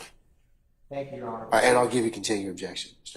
Okay. What did you hear, who you knew was Pee-wee say when you were right here, on 26th? After we told them to leave and they were going back up towards 11th Street, Pee-wee yelled out, "This is my city, keep fucking around, and we'll spray the bus." And that's when Pee-wee took off running up 11th Street. Now, when you heard that, what did you take it to mean when you said spray the bus? I think he's gonna shoot the bus up. And I want to approach you with one exhibit, 32 Echo.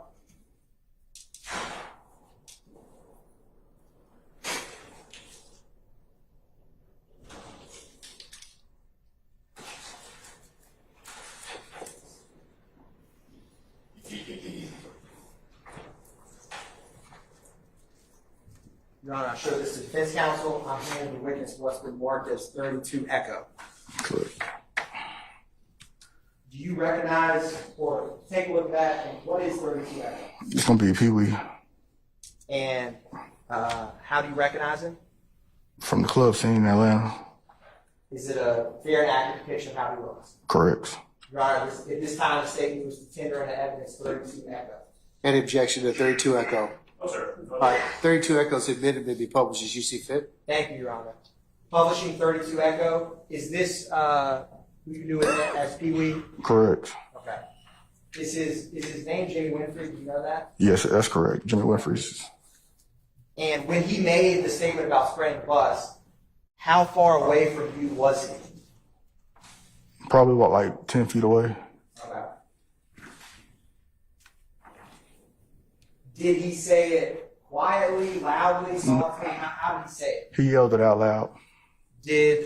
Was it clear what he said? Yes. When he said it, was there anything concealing who he was, like a mask or anything like that? No. Now, after he said that, or let me ask you this. While this is going on with the group of males, and I'm going to publish 25 Echo, and what Winfrey said, did anyone from Lil Wayne or their entourage exit the compound near this time? Come outside. Not in front of 11th and Brady, no. Okay. Where would they have come out at? Down by 10th Street. Okay. And when he made that statement, who was he looking towards, or? He was looking towards the corner of 10th and Brady Avenue, excuse me. Okay. When he yelled it out. 10th and Brady, in this photograph, you see where there's that white vehicle kind of down the way? Is that the intersection of 10th and Brady? Yes, that's going to be the area of it. And where this little small cone is that kind of where you would have been? Correct. Okay. Did you know anyone else in the group other than Jimmy Winfrey? No. After hearing that, what did you do? I advised Investigator Dennis what he had just said, but people had took off running up 11th Street at that time. Okay. So I'm going back to 11 Echo. Would he take up running this 11th right here at the left side of the screen? Yes, he ran up towards Howell Mill on 11th Street past that stop sign. Okay. Now, when he took off running, was it slow, fast, a jog? How would you describe it? I don't recall. Okay. What was his demeanor when he made the statement? Was he calm? Was he smiling? Was he sad? Was he angry? What would you describe him when he made the statement? I don't recall. It was just, I don't recall. Okay. Was he by himself when he made the statement, or were other people around? When he made the statement, when he made the statement, he's with the whole crew. And do you recall any gestures or anything that anyone that Winfrey or anyone in that crowd was making? No. after he went up 11th Street, did you ever see him again? Yes, probably about between 2 to 5 minutes later, Pee Wee came back down 11th Street towards Brady, driving the white and color Z28 Camaro, and he stopped at the stop sign while I was standing in the middle of the street of 11th and Brady. Okay. I'm gonna go to 6 Echo. Where were you when? Is this Brady and 11th Street? Correct. Where were you when you first saw him in this vehicle? Where that white line is in the picture, Can excuse you me. point for the jury? Right up here. Okay. And where was any other officers nearby you when? Dennis was probably like 15 yards away from me. Can you point for where Dennis was? He was gonna probably be right here where the double yellow lines are. Now,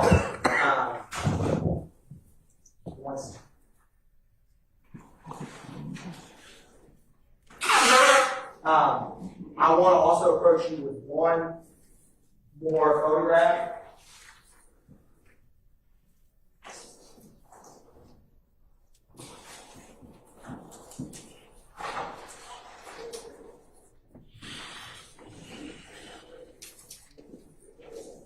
Your Honor, I've shown defense counsel 33 Echo. I'm approaching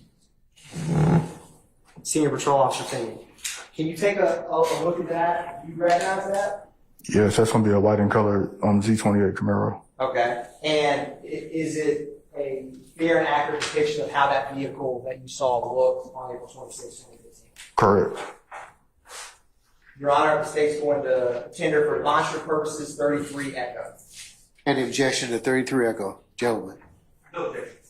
All right, 33 Echo is admitted, may be published as you see fit. So, SBO Finney, you said, I'm going to use this stick along with you, did you say that the car was, where were you, or where was the car when you first saw it? Right there? Okay.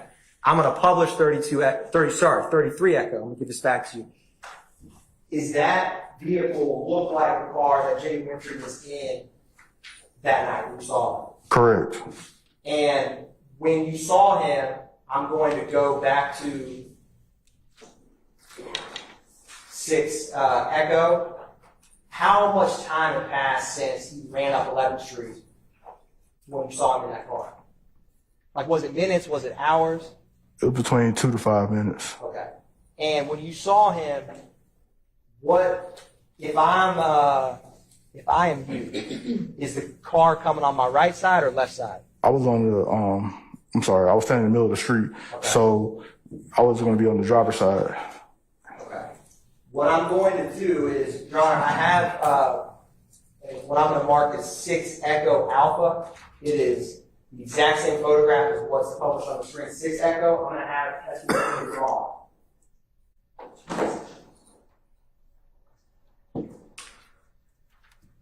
So SBO Finney, I'm approaching you with 6 Echo Alpha, and I'm going to give you a Sharpie. If you could, can you can you kind of annotate on that where you were, where the car was, and where Detective James was?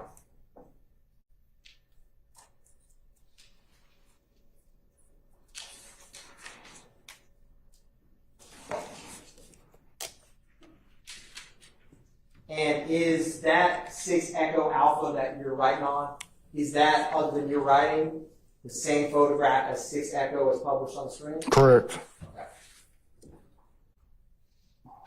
What did you, can you kind of describe to the jury, using the pointer, what you drew on 6 Echo Alpha? Yes, I put the car exactly where the white line is, and then I put myself right there below the car, and then I put Investigator Dennis in the middle of the street. Okay, so you said you put, is this the white line you're talking about with the car? Correct. And where, you tell me where to stop, where you would have been. Right there beside the white line. Okay, like here? No, go over. Here? This way? Yeah, Okay, you would have been here. Right there. Got it. And where would Dennis have been? In the middle of the street by the manhole cover. Okay, by here? Yes. Okay. Now, was his window down or up? It was down. Okay. What did you see when you drove past you? I saw a black assault rifle, butt up in the air, and with the muzzle of the weapon pointed towards the ground of the car. Okay. So was the gun in the passenger side of the vehicle? Correct. Okay. And so the muzzle was down, and you said the magazine was up. No, the butt of the gun. Okay, butt of the gun. And you said a black assault rifle. Do you know a common gun that it resembled? Assault rifle. I can't give you a make or model. That's fair. How close were you to the car when you saw the black assault rifle? I was right there, like a foot, less than a foot. Okay. Now, did Mr. Winfrey, did he say anything or look over at you in any way when he drove past? He looked at me. He said something to me, but I don't remember what it was. And then once I noticed the gun, I advised Dennis to stop the car, and that's when Pee-wee sped away, going northbound on Brady Avenue towards Howell Mill. Okay. Now, how quickly were you able to advise Fire Detective Dennis? It was like seconds. And what did you tell Investigator Dennis? That I saw the gun in the passenger seat. Did he have a reaction to that? Objection, Your Honor. I don't recall. I sustain the objection. Was there any steps made to try to detain that vehicle that went through the shop? I don't recall anything else happening. Okay. Now, you said he sped off down Howell Mill. I'm going to show you, this 23 Echo is, you know how we talked about that wooden front entrance to the compound earlier? Yes. Where is that in relation to 23 Echo? Right in front of it. So would it be to the right or left? That'd be to the left. Okay, so you see where that street pole is, kind of on the sidewalk? To the bottom left of the 23 Echo? Yes.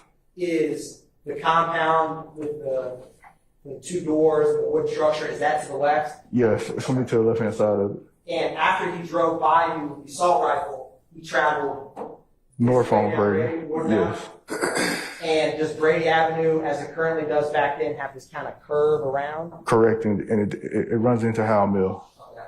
Was he, after he drove by you, was he driving slowly, quickly? He sped off. Okay. And you had testified earlier that present day this area looks a lot different. Was this large apartment complex or building? No, that was not there.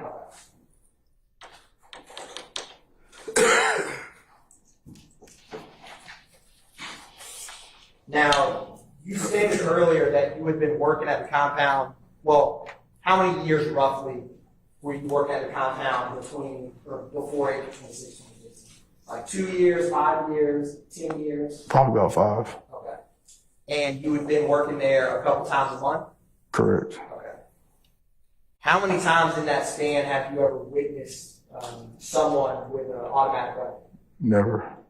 How many times since working there did you ever hear someone threaten to spray a bus? Never. I sustain the objection. SBO Finney, did you ever write a supplemental report to this afterwards? Yes. How did that come about?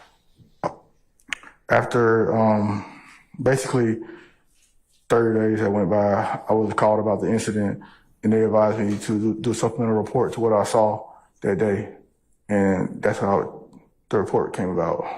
And did you, do you know if Investigator Dennis, did he ever have any involvement with any follow-up with this? I'm not aware. I'm not sure. And have you ever had to write at the compound that you've been working with a supplemental report after an extra job you worked there? I'll sustain the objection.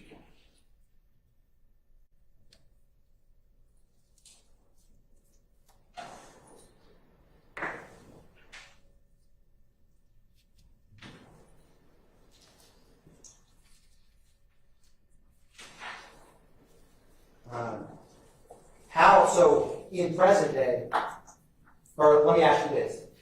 After this incident, how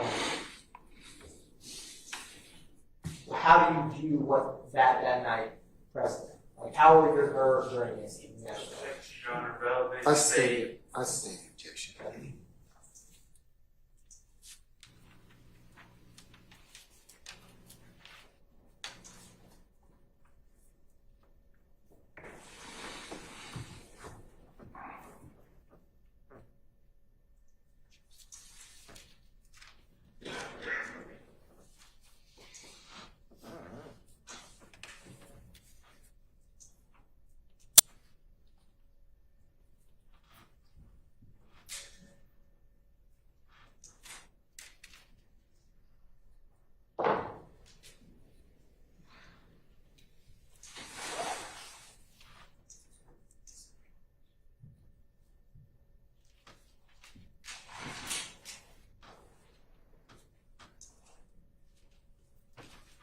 Why did this incident stick out in your mind?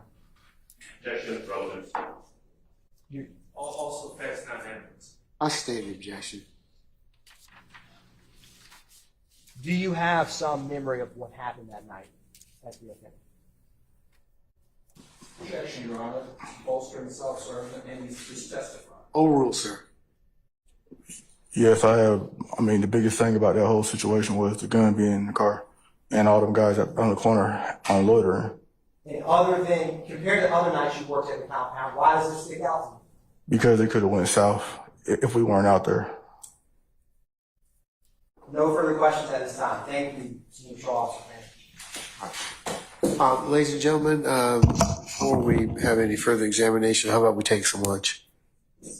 Okay, all right.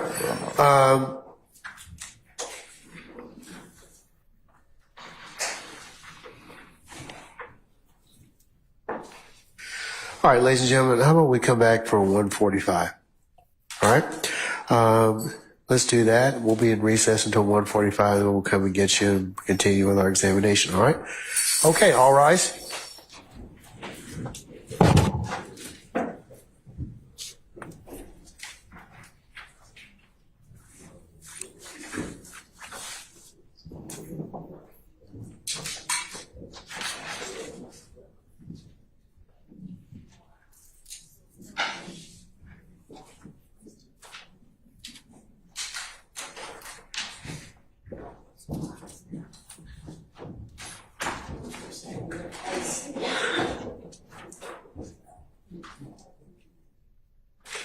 All right, ladies and gentlemen, please be seated. Our jury has left us. Officer Finney, we'll see you back at 1:45, okay?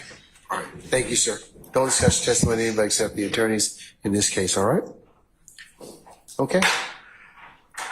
I'm something I need to, as soon as the witness is due. Okay.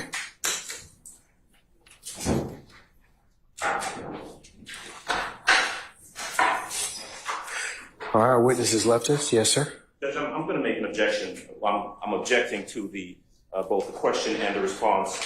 In regards to what? In regards to the witness testifying that this could have, quote, gone south.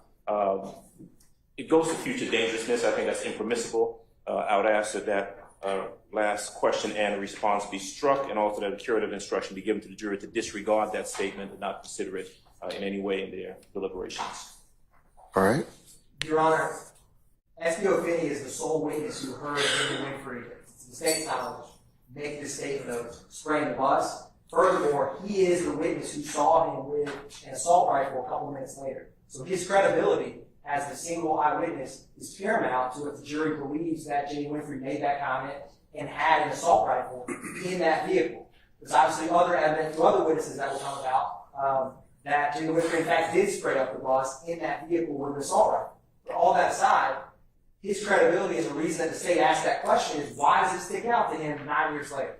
And compared to any other night at the compound, what SPO Finney had expressed to me is it stuck out because he realized the seriousness of it. Here's someone make a statement of shooting a bus. He sees that same person a couple minutes later drive by with an assault rifle with the butt up and the muzzle down, driving off quickly, and he knows in present day that the bus was shot. And so his memory of it sticks out more so than just someone who made a threatening gesture at the end of closing time or something like that. It has a different seriousness to it. That's why the state asked it, and that's why the state feels it's relevant. And certainly does not think the curative instruction needs to be asked, because the jury ultimately is the fact finder and has to determine its credibility. Mr. Adams, I'm going to overrule your objection, okay? I'll note it for the record. Put on the record just very quickly, Judge, just a very brief response that it is not relevant. He did testify to the factual aspect of what happened that night. He testified about the assault rifle. He testified about his observations. He testified about what was said.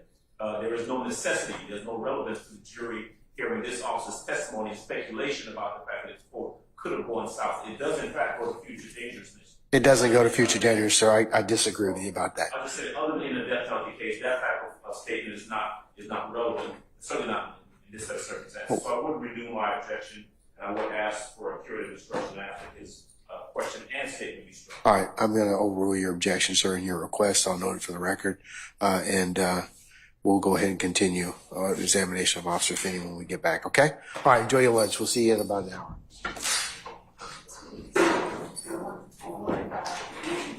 Young man, first,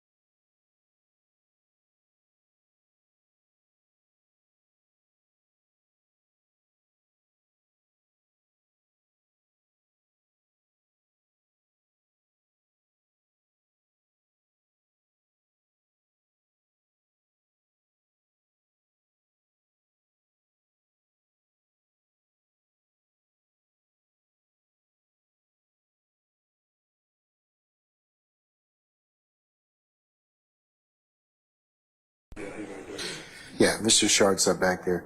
Where's Miss Love? You're right, we can move forward, we can start. Okay, yeah, since, ADA Atkins is examining the witness anyways. Okay, all right.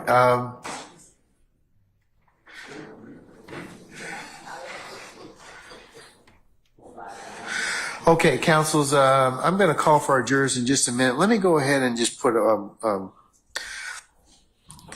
couple things on the record. We had a bench conference, administrative in nature, was when we recessed to go for lunch, talking about scheduling. Mr. Matthews and Miss Love were present. Mr.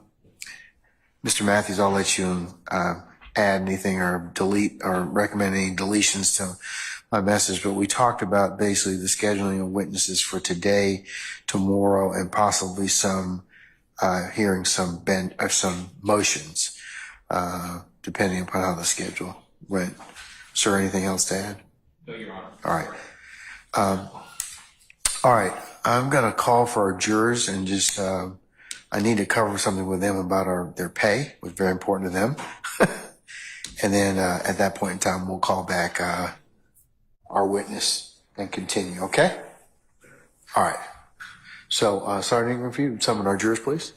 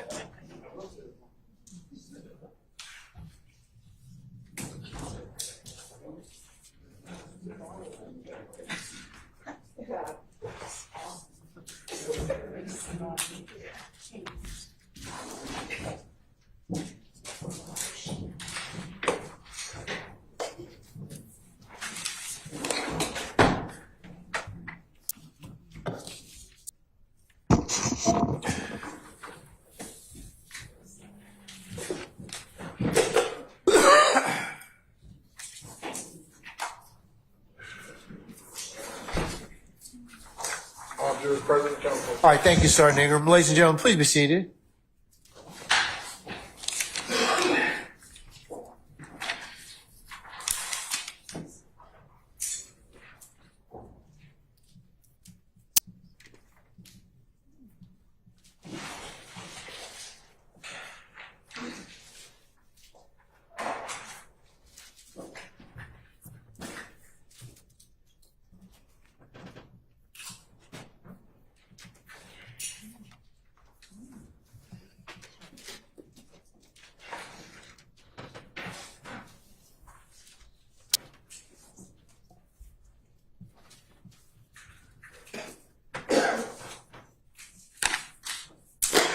Okay, ladies and gentlemen, before we recall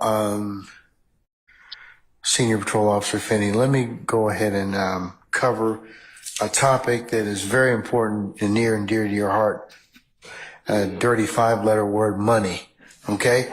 It has been brought to my attention in a note which I'll mark as the next course exhibit in order that you are checking on your pay for the following days, March the 28th and 29th, and April the 23rd and 24th. I have made such inquiry. The 23rd of April and 24th of April will be included on your next check, and we will remit for the dates in March on the 28th and 29th. You good? Okay, all right. Okay.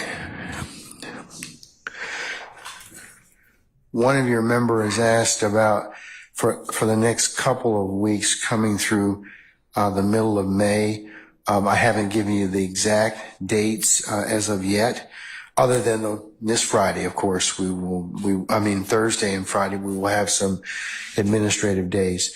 To accommodate somebody that has a graduation, we will start at noon on the 14th of May.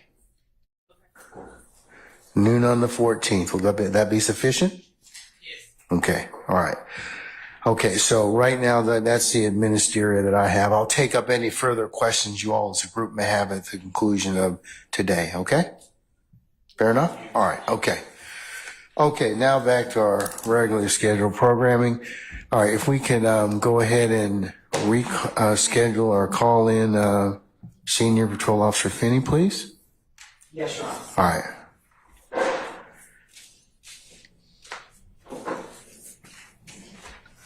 Chris.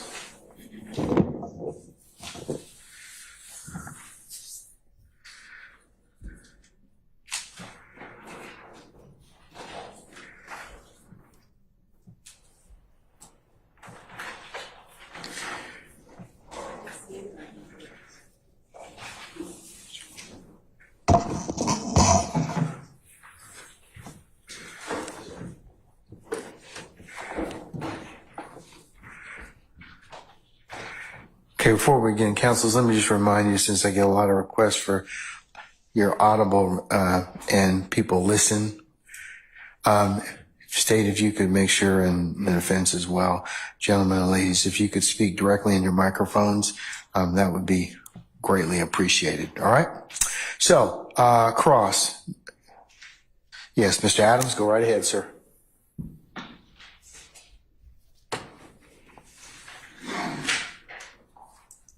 Officer Finney, good afternoon, sir. Good afternoon. All right, you can hear me okay, I presume, right? Yes. All right. So I'm going to ask you to do the same thing that the court asked you earlier. Your voice tends to trail off a little bit, so make sure you keep your voice up and speak into the microphone so we can all, especially the court reporter, hear what you're saying. Good? Gotcha. All right. Where to start? You are a police officer with the Atlanta Police Department, right? Correct. You have been with APD for exactly how long? Remind me. 16 years and like 10 months. 16 years, 10 months? Correct. Okay. And you were employed in that capacity back in 2015. Correct. I heard you mention that you worked in the Cleveland Avenue area at some point. No. No? I worked at an alternative school on Forest Hills Drive. Okay. All right. What zone is that? Zone 3. Zone 3. Okay. And you were what they call an SRO, a school resource officer. Correct. If I heard you correctly, you were tasked with, of course, providing law enforcement services to the school, right? Correct. You had an opportunity to interact with the kids at that school, right? Correct. A lot of the kids you had the opportunity to talk to just about any difficulties they had at school and any law enforcement concerns there in the area. True? Correct. You would talk to them about gangs, things like that. Correct. And if I heard you correctly, one of the things you said is that, the kids were interested and you would talk to them about, staying straight, getting out of the area or getting out of that area. Is that what I heard you say? Getting out of that school. Getting out of that school. That's a tough area, right? The school? Yeah. I mean, it's an alternative school. Okay. It's an alternative school because kids go there if they've gotten into trouble at their main school, they go to the alternative school. Is that right? Correct. All right. Now, in addition to working as an Atlanta Police Department officer, you also worked extra jobs, right? Correct. Some of those, as I think I wrote, is that you'd work at clubs. Correct. You worked at the Dome. Correct. And when you're working there, you work as security, but you're still in APD uniform, right? I work as a police officer. Yeah, okay. Are you assigned there as a police officer? When you say it's an extra job, you're not working as an employee of APD, but you are still a law enforcement officer, right? Correct. Okay. And so you would have the same responsibilities as if you were working for APD, right? Correct. I mean, you still have to observe, keep people safe, that sort of thing, right? Correct. And sometimes those two things overlap in that if you were to make an arrest, for example, at one of your extra jobs, that would be something that you end up investigating or maybe even testifying as in your capacity as an Atlanta Police Department officer, right? Correct. Okay. So the compound. Compound is a club that you were working at and you were working as security, right? As a police officer, yes. Right. Okay. Let me not make sure it's not confused. You're a police officer, but you were working there in an overtime or extra job capacity. Is that fair? Yes. Okay. Still a police officer, right? Correct. All right. Still charged with enforcing the law, right? Correct. Still utilizing some of your training that you've received as a police officer, Correct. right? Observing, Correct. right? Identifying potential dangers or threats and that sort of thing, right? Mhm. Yes? Yes. Identifying suspicious behavior, right? Correct. And acting on it. Correct. All right. And so in this case, the compound on April the 26th of 2015, was that the first time that you worked at a compound or you worked there before? I worked there before. Okay, so you're familiar with it. Correct. You're familiar with kind of the traffic and the crowds and that sort of thing, right? Correct. Okay. So, and by the way, you know that I represent Jeffrey Williams, right? Okay. Do you know Jeffrey Williams? No. Okay. Had you ever seen him at any of the clubs or venues that you did security at? Yes. Okay. So you know who he is, right? Yes, as an artist. Right. And back in 2015, you knew him. I don't know if you knew him as Jeffrey Williams. You certainly knew he was Young Thug, a rapper, a performer, right? Correct. Okay. And you'd seen him in that capacity, true? Correct. Right. Had you ever seen him at the compound? I don't recall. Okay. So you're working at the compound on the night of April the 26th, and I heard you say that you knew that the artist Lil Wayne was supposed to be at the club that night. Correct. He was going to do what they call he was making an appearance. Sometimes they call it doing a walkthrough, right? Correct. Okay. There wasn't anything specifically, unusual about that. Other artists had done that at the compound before, correct? Yes. All right. You didn't see when Lil Wayne got there. No. You know that there's an area where the tour bus, a bus or whatever's bringing them there to the club would park, and they're coming through the VIP. Correct. Okay. And if I heard you correctly, I don't remember what time you said you got there, maybe between 10 and 11. Is that about right? Yes. Okay. So you get there between 10 and 11, and it's about 2 o'clock, 2:30, when what you've testified to about, this commotion, that's when everything kind of goes down, right? Correct. One of the people that you saw outside is someone that you've identified as you know him as Pee Wee. Yes. Jimmy Winfrey, right? Yes. All right. Now, am I correct that you don't know him personally? Y'all don't hang out or anything like that? No. You just know him from I think you said other entertainment venues you've seen him at? Just being around the clubs, yes. The club scene. All right. Would I be correct in that you've seen him at other clubs, other locations on different occasions before then? Seen him at the compound before, yes. Okay. He'd been to the compound before too? Yes. Okay. So when you saw him, what first got your attention, if I heard correctly, was you saw about a group of what you described as 25 to 30, either all males or mostly males, hanging out outside. Correct. Right. They were hanging, I think on the photograph you were showing earlier, kind of across the street from the compound. Is that right? Yes. On the corner. Yes. All right. Now, did you know for a fact that all of those folks were together, or did you just see essentially a group of people? It was just a large group of them hanging out together. Okay. Fair to say that the only person that you recognized and knew was Winfrey, Pee Wee. Yes. Okay. You're not able to tell this jury what the relationship between him and any of the other 25 or so people were, right? No. Just a group of folks on the corner. Correct. And the word that you used was that Winfrey appeared to be ranting and raving. Yes. He seemed kind of excited. Yes. You didn't know why. No, sir. You don't know what he was doing there at the club that night. Have no idea. I mean, no different than any other night that you'd seen him there before, right? Correct. You don't know what his relationship was to anyone inside the club or outside the club. Correct. All right. And I take it you don't know him, you didn't know him well enough to, to know if he had any sort of beef with anyone there that night, right? Correct. Okay. The only thing that you know is you see this guy Pee Wee, and he's kind of ranting and raving. He's kind of excitable, and at some point, he's heading in the direction of where the tour bus would be. Correct. Him and some other people. Correct. All right. You heard him say something to the effect of,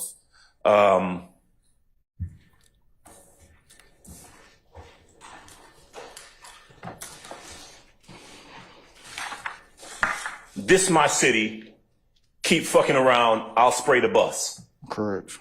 Now, this is a small difference, but I want to make sure we're accurate here. Because earlier when you were testifying for the state, right, you were asked a question about whether he said, keep fucking around and we'll spray the tour bus. Remember testifying to that earlier? I don't recall. Okay. Would I be correct, though, that what you told your superiors and other folks when you wrote a report is that Winfrey said something to the effect of, this my city, keep fucking around and I'll spray the bus. Correct. All right. He was talking about himself. All right. Correct, I guess. Right. I mean, if you say I as opposed to we. Yeah. Okay. You didn't know why he was saying that. I have no idea. You don't know what his beef was or who he had any sort of beef with. No, sir. Okay. He wasn't interacting with anyone on the tour bus or at the tour bus at that time when he said that, was he? No, he was away from the tour bus. He was away from the tour bus. Okay. Was he saying it to anybody in particular? I'm not. It was an out loud statement. Just kind of. It was a yell statement. Correct. Okay. And although there were other people around him, they didn't seem to be, I don't want to say acquiesce. I mean, they weren't egging him on or anything like that. He was just out there talking. I don't know what anybody else was doing out there. All right. Nobody throwing up any signs or anything like that. I have no idea what anybody else was doing out there. Well, you didn't see Correct. anyone doing anything No, like sir. that. Okay. All right. He was looking in the direction of 10th and Brady. Is that what you said? Yes, sir. Okay. He takes off running somewhere, right? Up 11th Street. Up 11th Street. And then about 2 to 5 minutes later, you see him come driving back down the street in a white vehicle. Yes, sir. And as he passes or comes, did he stop at the stop sign? Yes. All right. Stops at the stop sign, and you see inside of the car, and you see an assault rifle, assault gun of some sort that's in the front of the vehicle, right? Correct. Like on the passenger side seat? Yes. Okay. The stock or the back portion of it standing up? Yes. Okay. He's in the car by himself? Yes. Okay. Nobody else appears to be following him? I'm not aware. Okay. He's in the car. You head towards the car, and then he takes off. Correct. Okay. Doesn't say anything that you hear. No. Okay. You don't know where he's going. I have no idea. Don't know what he was doing. Don't know why he was doing whatever the heck it was he was doing. All right. Correct. All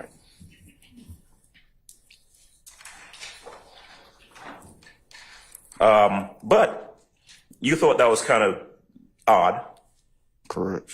And so you told Dennis, Investigator Dennis, who was near there with you. He was doing security that night as well? Yeah. Okay. You told him what you observed. Correct. Investigator Dennis then took off, right? No. Okay. What did he do then? I'm not sure, but Pee Wee sped away at that point. Okay. All right. And then did Dennis do anything after that? I don't recall what Dennis did. Okay. And that was pretty much it in terms of what you observed that night, right? Correct. Okay. You did not have any further involvement in anything that happened after that? No. You don't know anything that happened after that. Correct. If anything happened, you don't know why it happened after that. Correct. Okay. And so the only person that you're really able to tell this jury anything about is what Jimmy Winfrey, what you observed him do that night. Correct. Okay. About a month later, someone contacts you, someone from APD, I guess, tell me if I'm right or wrong, contacts you and says, look, you got to write a report. Correct. And you did. Yes. And everything you put in that report was everything that you just testified to this jury. Correct. All right. You never saw Dwayne Carter, Lil Wayne, that night? No.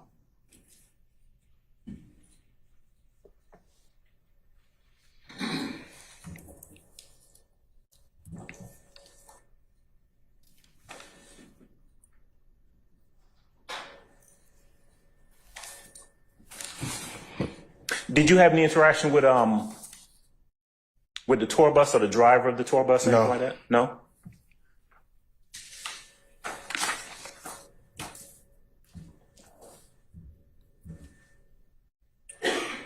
All right. And when you said earlier that this guy Pee Wee, Jimmy Winfrey, seemed like he was leading the group, I presume what you're saying is that he was in front of the group. He was like the main one. Correct. Okay.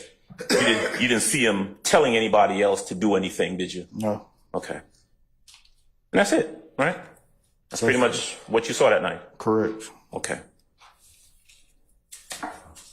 One moment, please. Yes, sir.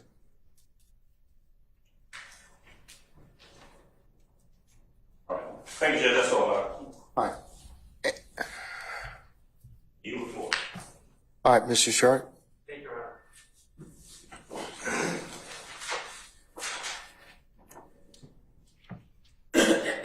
Officer Finney. Hello. Hello. Good afternoon. How you doing? I'm well. How are you, sir? Good. All right. Nice to meet you. My name is Max Shard. I represent Shannon Stillwell. You testified that you've been an officer, I believe you said 16 years and 10 months. Is that Correct. Okay. And at APD, they teach you how to write police reports, correct? Correct. And you are expected as an officer to document your work as a police officer, correct? Correct. When you write police reports, you want to make sure you're accurate in your police reports, correct? Correct. And make sure you provide details in your police Correct. report, correct? Okay. And writing police reports allows you to memorialize facts and observations while they're fresh in your mind, correct?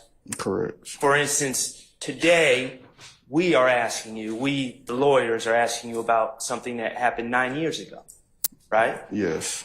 Okay, and things were fresher in your mind when you wrote your report in this case, correct? Yes. And I'm going to use an example. Do you have a copy of your report? Not in front of me. Your Honor, may I approach the witness? Just mark it and show them what. Okay. Mark it as your exhibit. See. This will be DS 14. Show it to the state.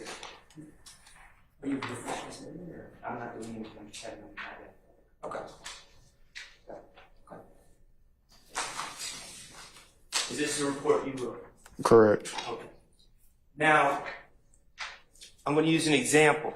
Today on direct, when the state asked you questions about what happened, you were not referring to your report. You were not reading your report when you answered the questions, were you?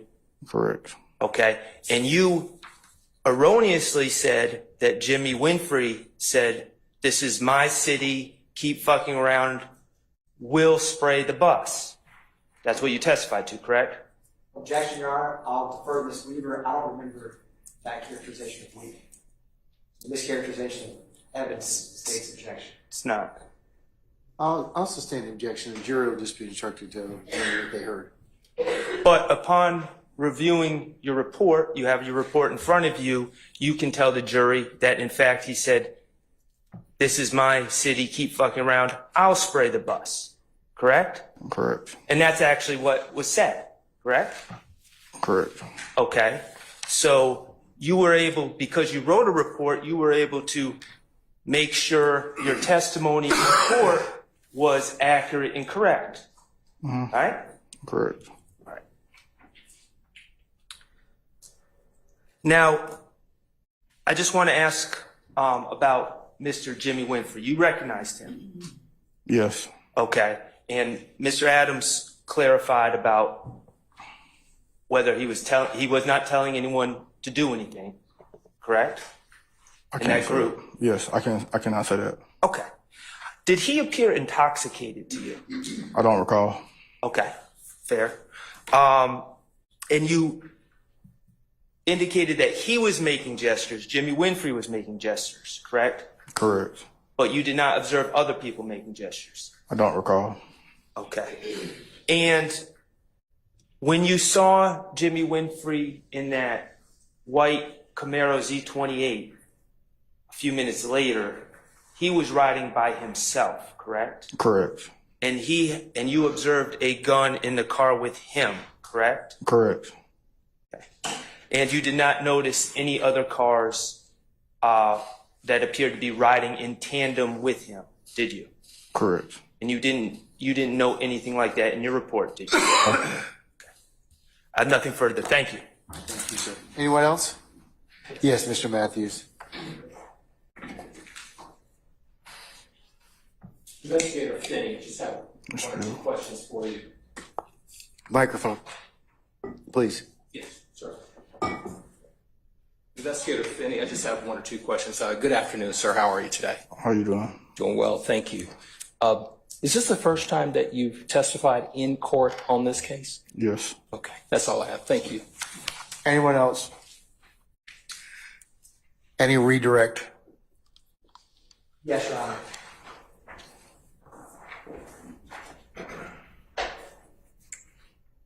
SPO Finney, there were some questions on cross about Jimmy Winfrey in relation to the group. Do you remember that? Yes. Why did you determine, or how were you able to determine that Jimmy Winfrey, as you put it, was the leader of that group? What made you say that? He was standing out. Basically, he was in the front of them, and when he moved, they moved behind him. And when you saw Jimmy Winfrey, remember there was testimony about you previously had seen him at the compound? When you saw him those previous times, was he with a large entourage? I don't recall. Okay. And when you saw him any previous times, did he make any similar statements like you heard him make on April 26, 2015? No.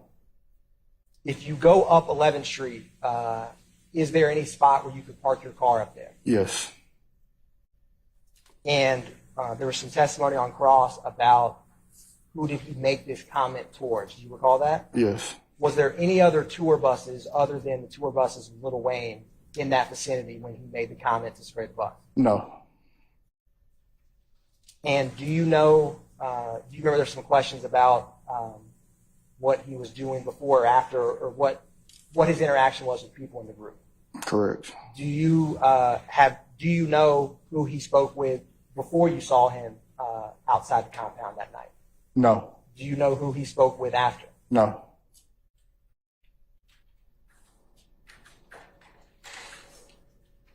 No further questions. Thank you. Anything further, Mr. Adams? No, sir. Mr. Sharp? All right, may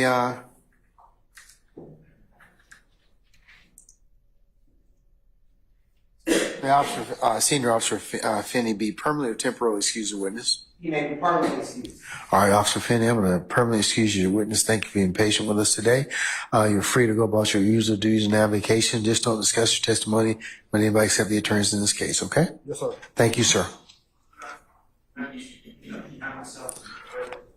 Sure.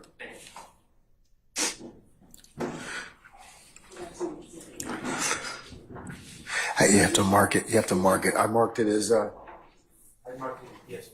yeah. No, but we have to, since you showed it, we'll just keep it for the purpose of record. Okay.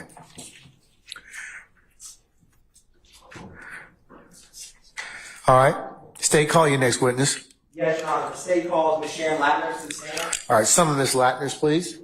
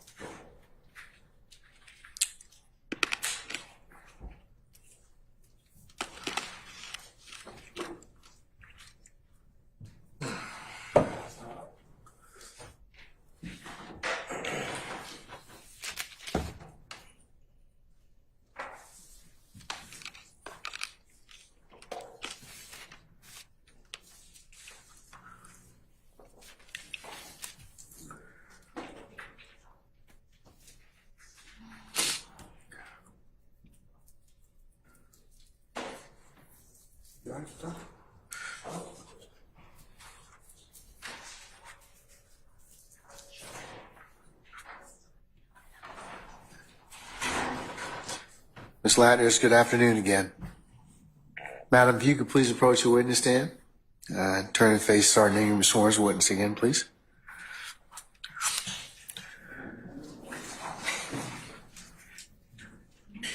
Raise your right hand. You swear affirm testimony you give the truth, whole truth, nothing but the truth. I do. I see. Spell your name. Sharon Latners, SharonLatners. Good afternoon, Ms. Lattner. Good afternoon, sir. I'm approaching Ms. Lattner's with what's been marked as State's Exhibit 2 Echo Alpha, 2 Echo Bravo, and 2 Echo Charlie.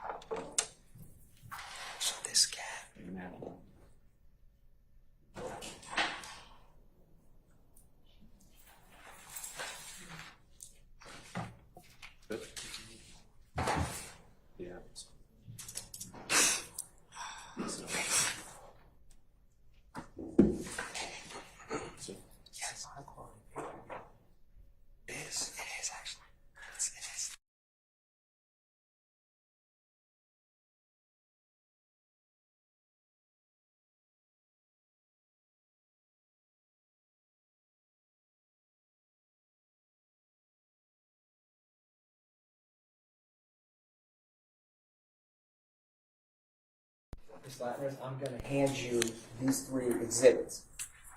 If you take a moment, Ms. Lattner, just to look over those, and when you are ready, just look up again. What are those, Ms. Lattner? You have a copy of the CAD report, and you have a copy of the 911 audio. And is there 2 CAD reports before you? Yes, Are they a fair and accurate depiction of 2 CAD reports and a 911 call from April 26, 2015? yes, Your Honor, at this time, the State has moved to tender the evidence 2 Echo Alpha through subsection Charlie. Any objection to states 2 Echo Alpha, Bravo, or Charlie? Yes, I'm going to object based on confidential clause and also based on cumulative of the witness testimony. Is that all 3, sir? As to all 3 exhibits? As to the 2 CAD reports. Or I need to, can I see them first? Yes, Your Honor.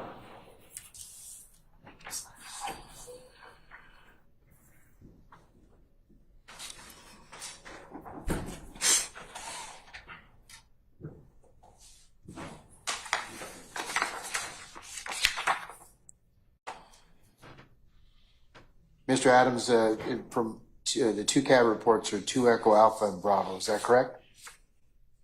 Yes. And you can take a look at them. That's why I want to look at them. Is Charlie the audio? Yes, Your Honor. Is there any objection to Charlie?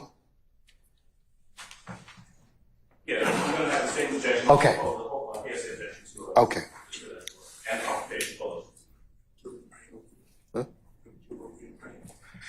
Can we just, something's coming up. Can we just take a brief comfort break just a second? Okay. We'll be in recess.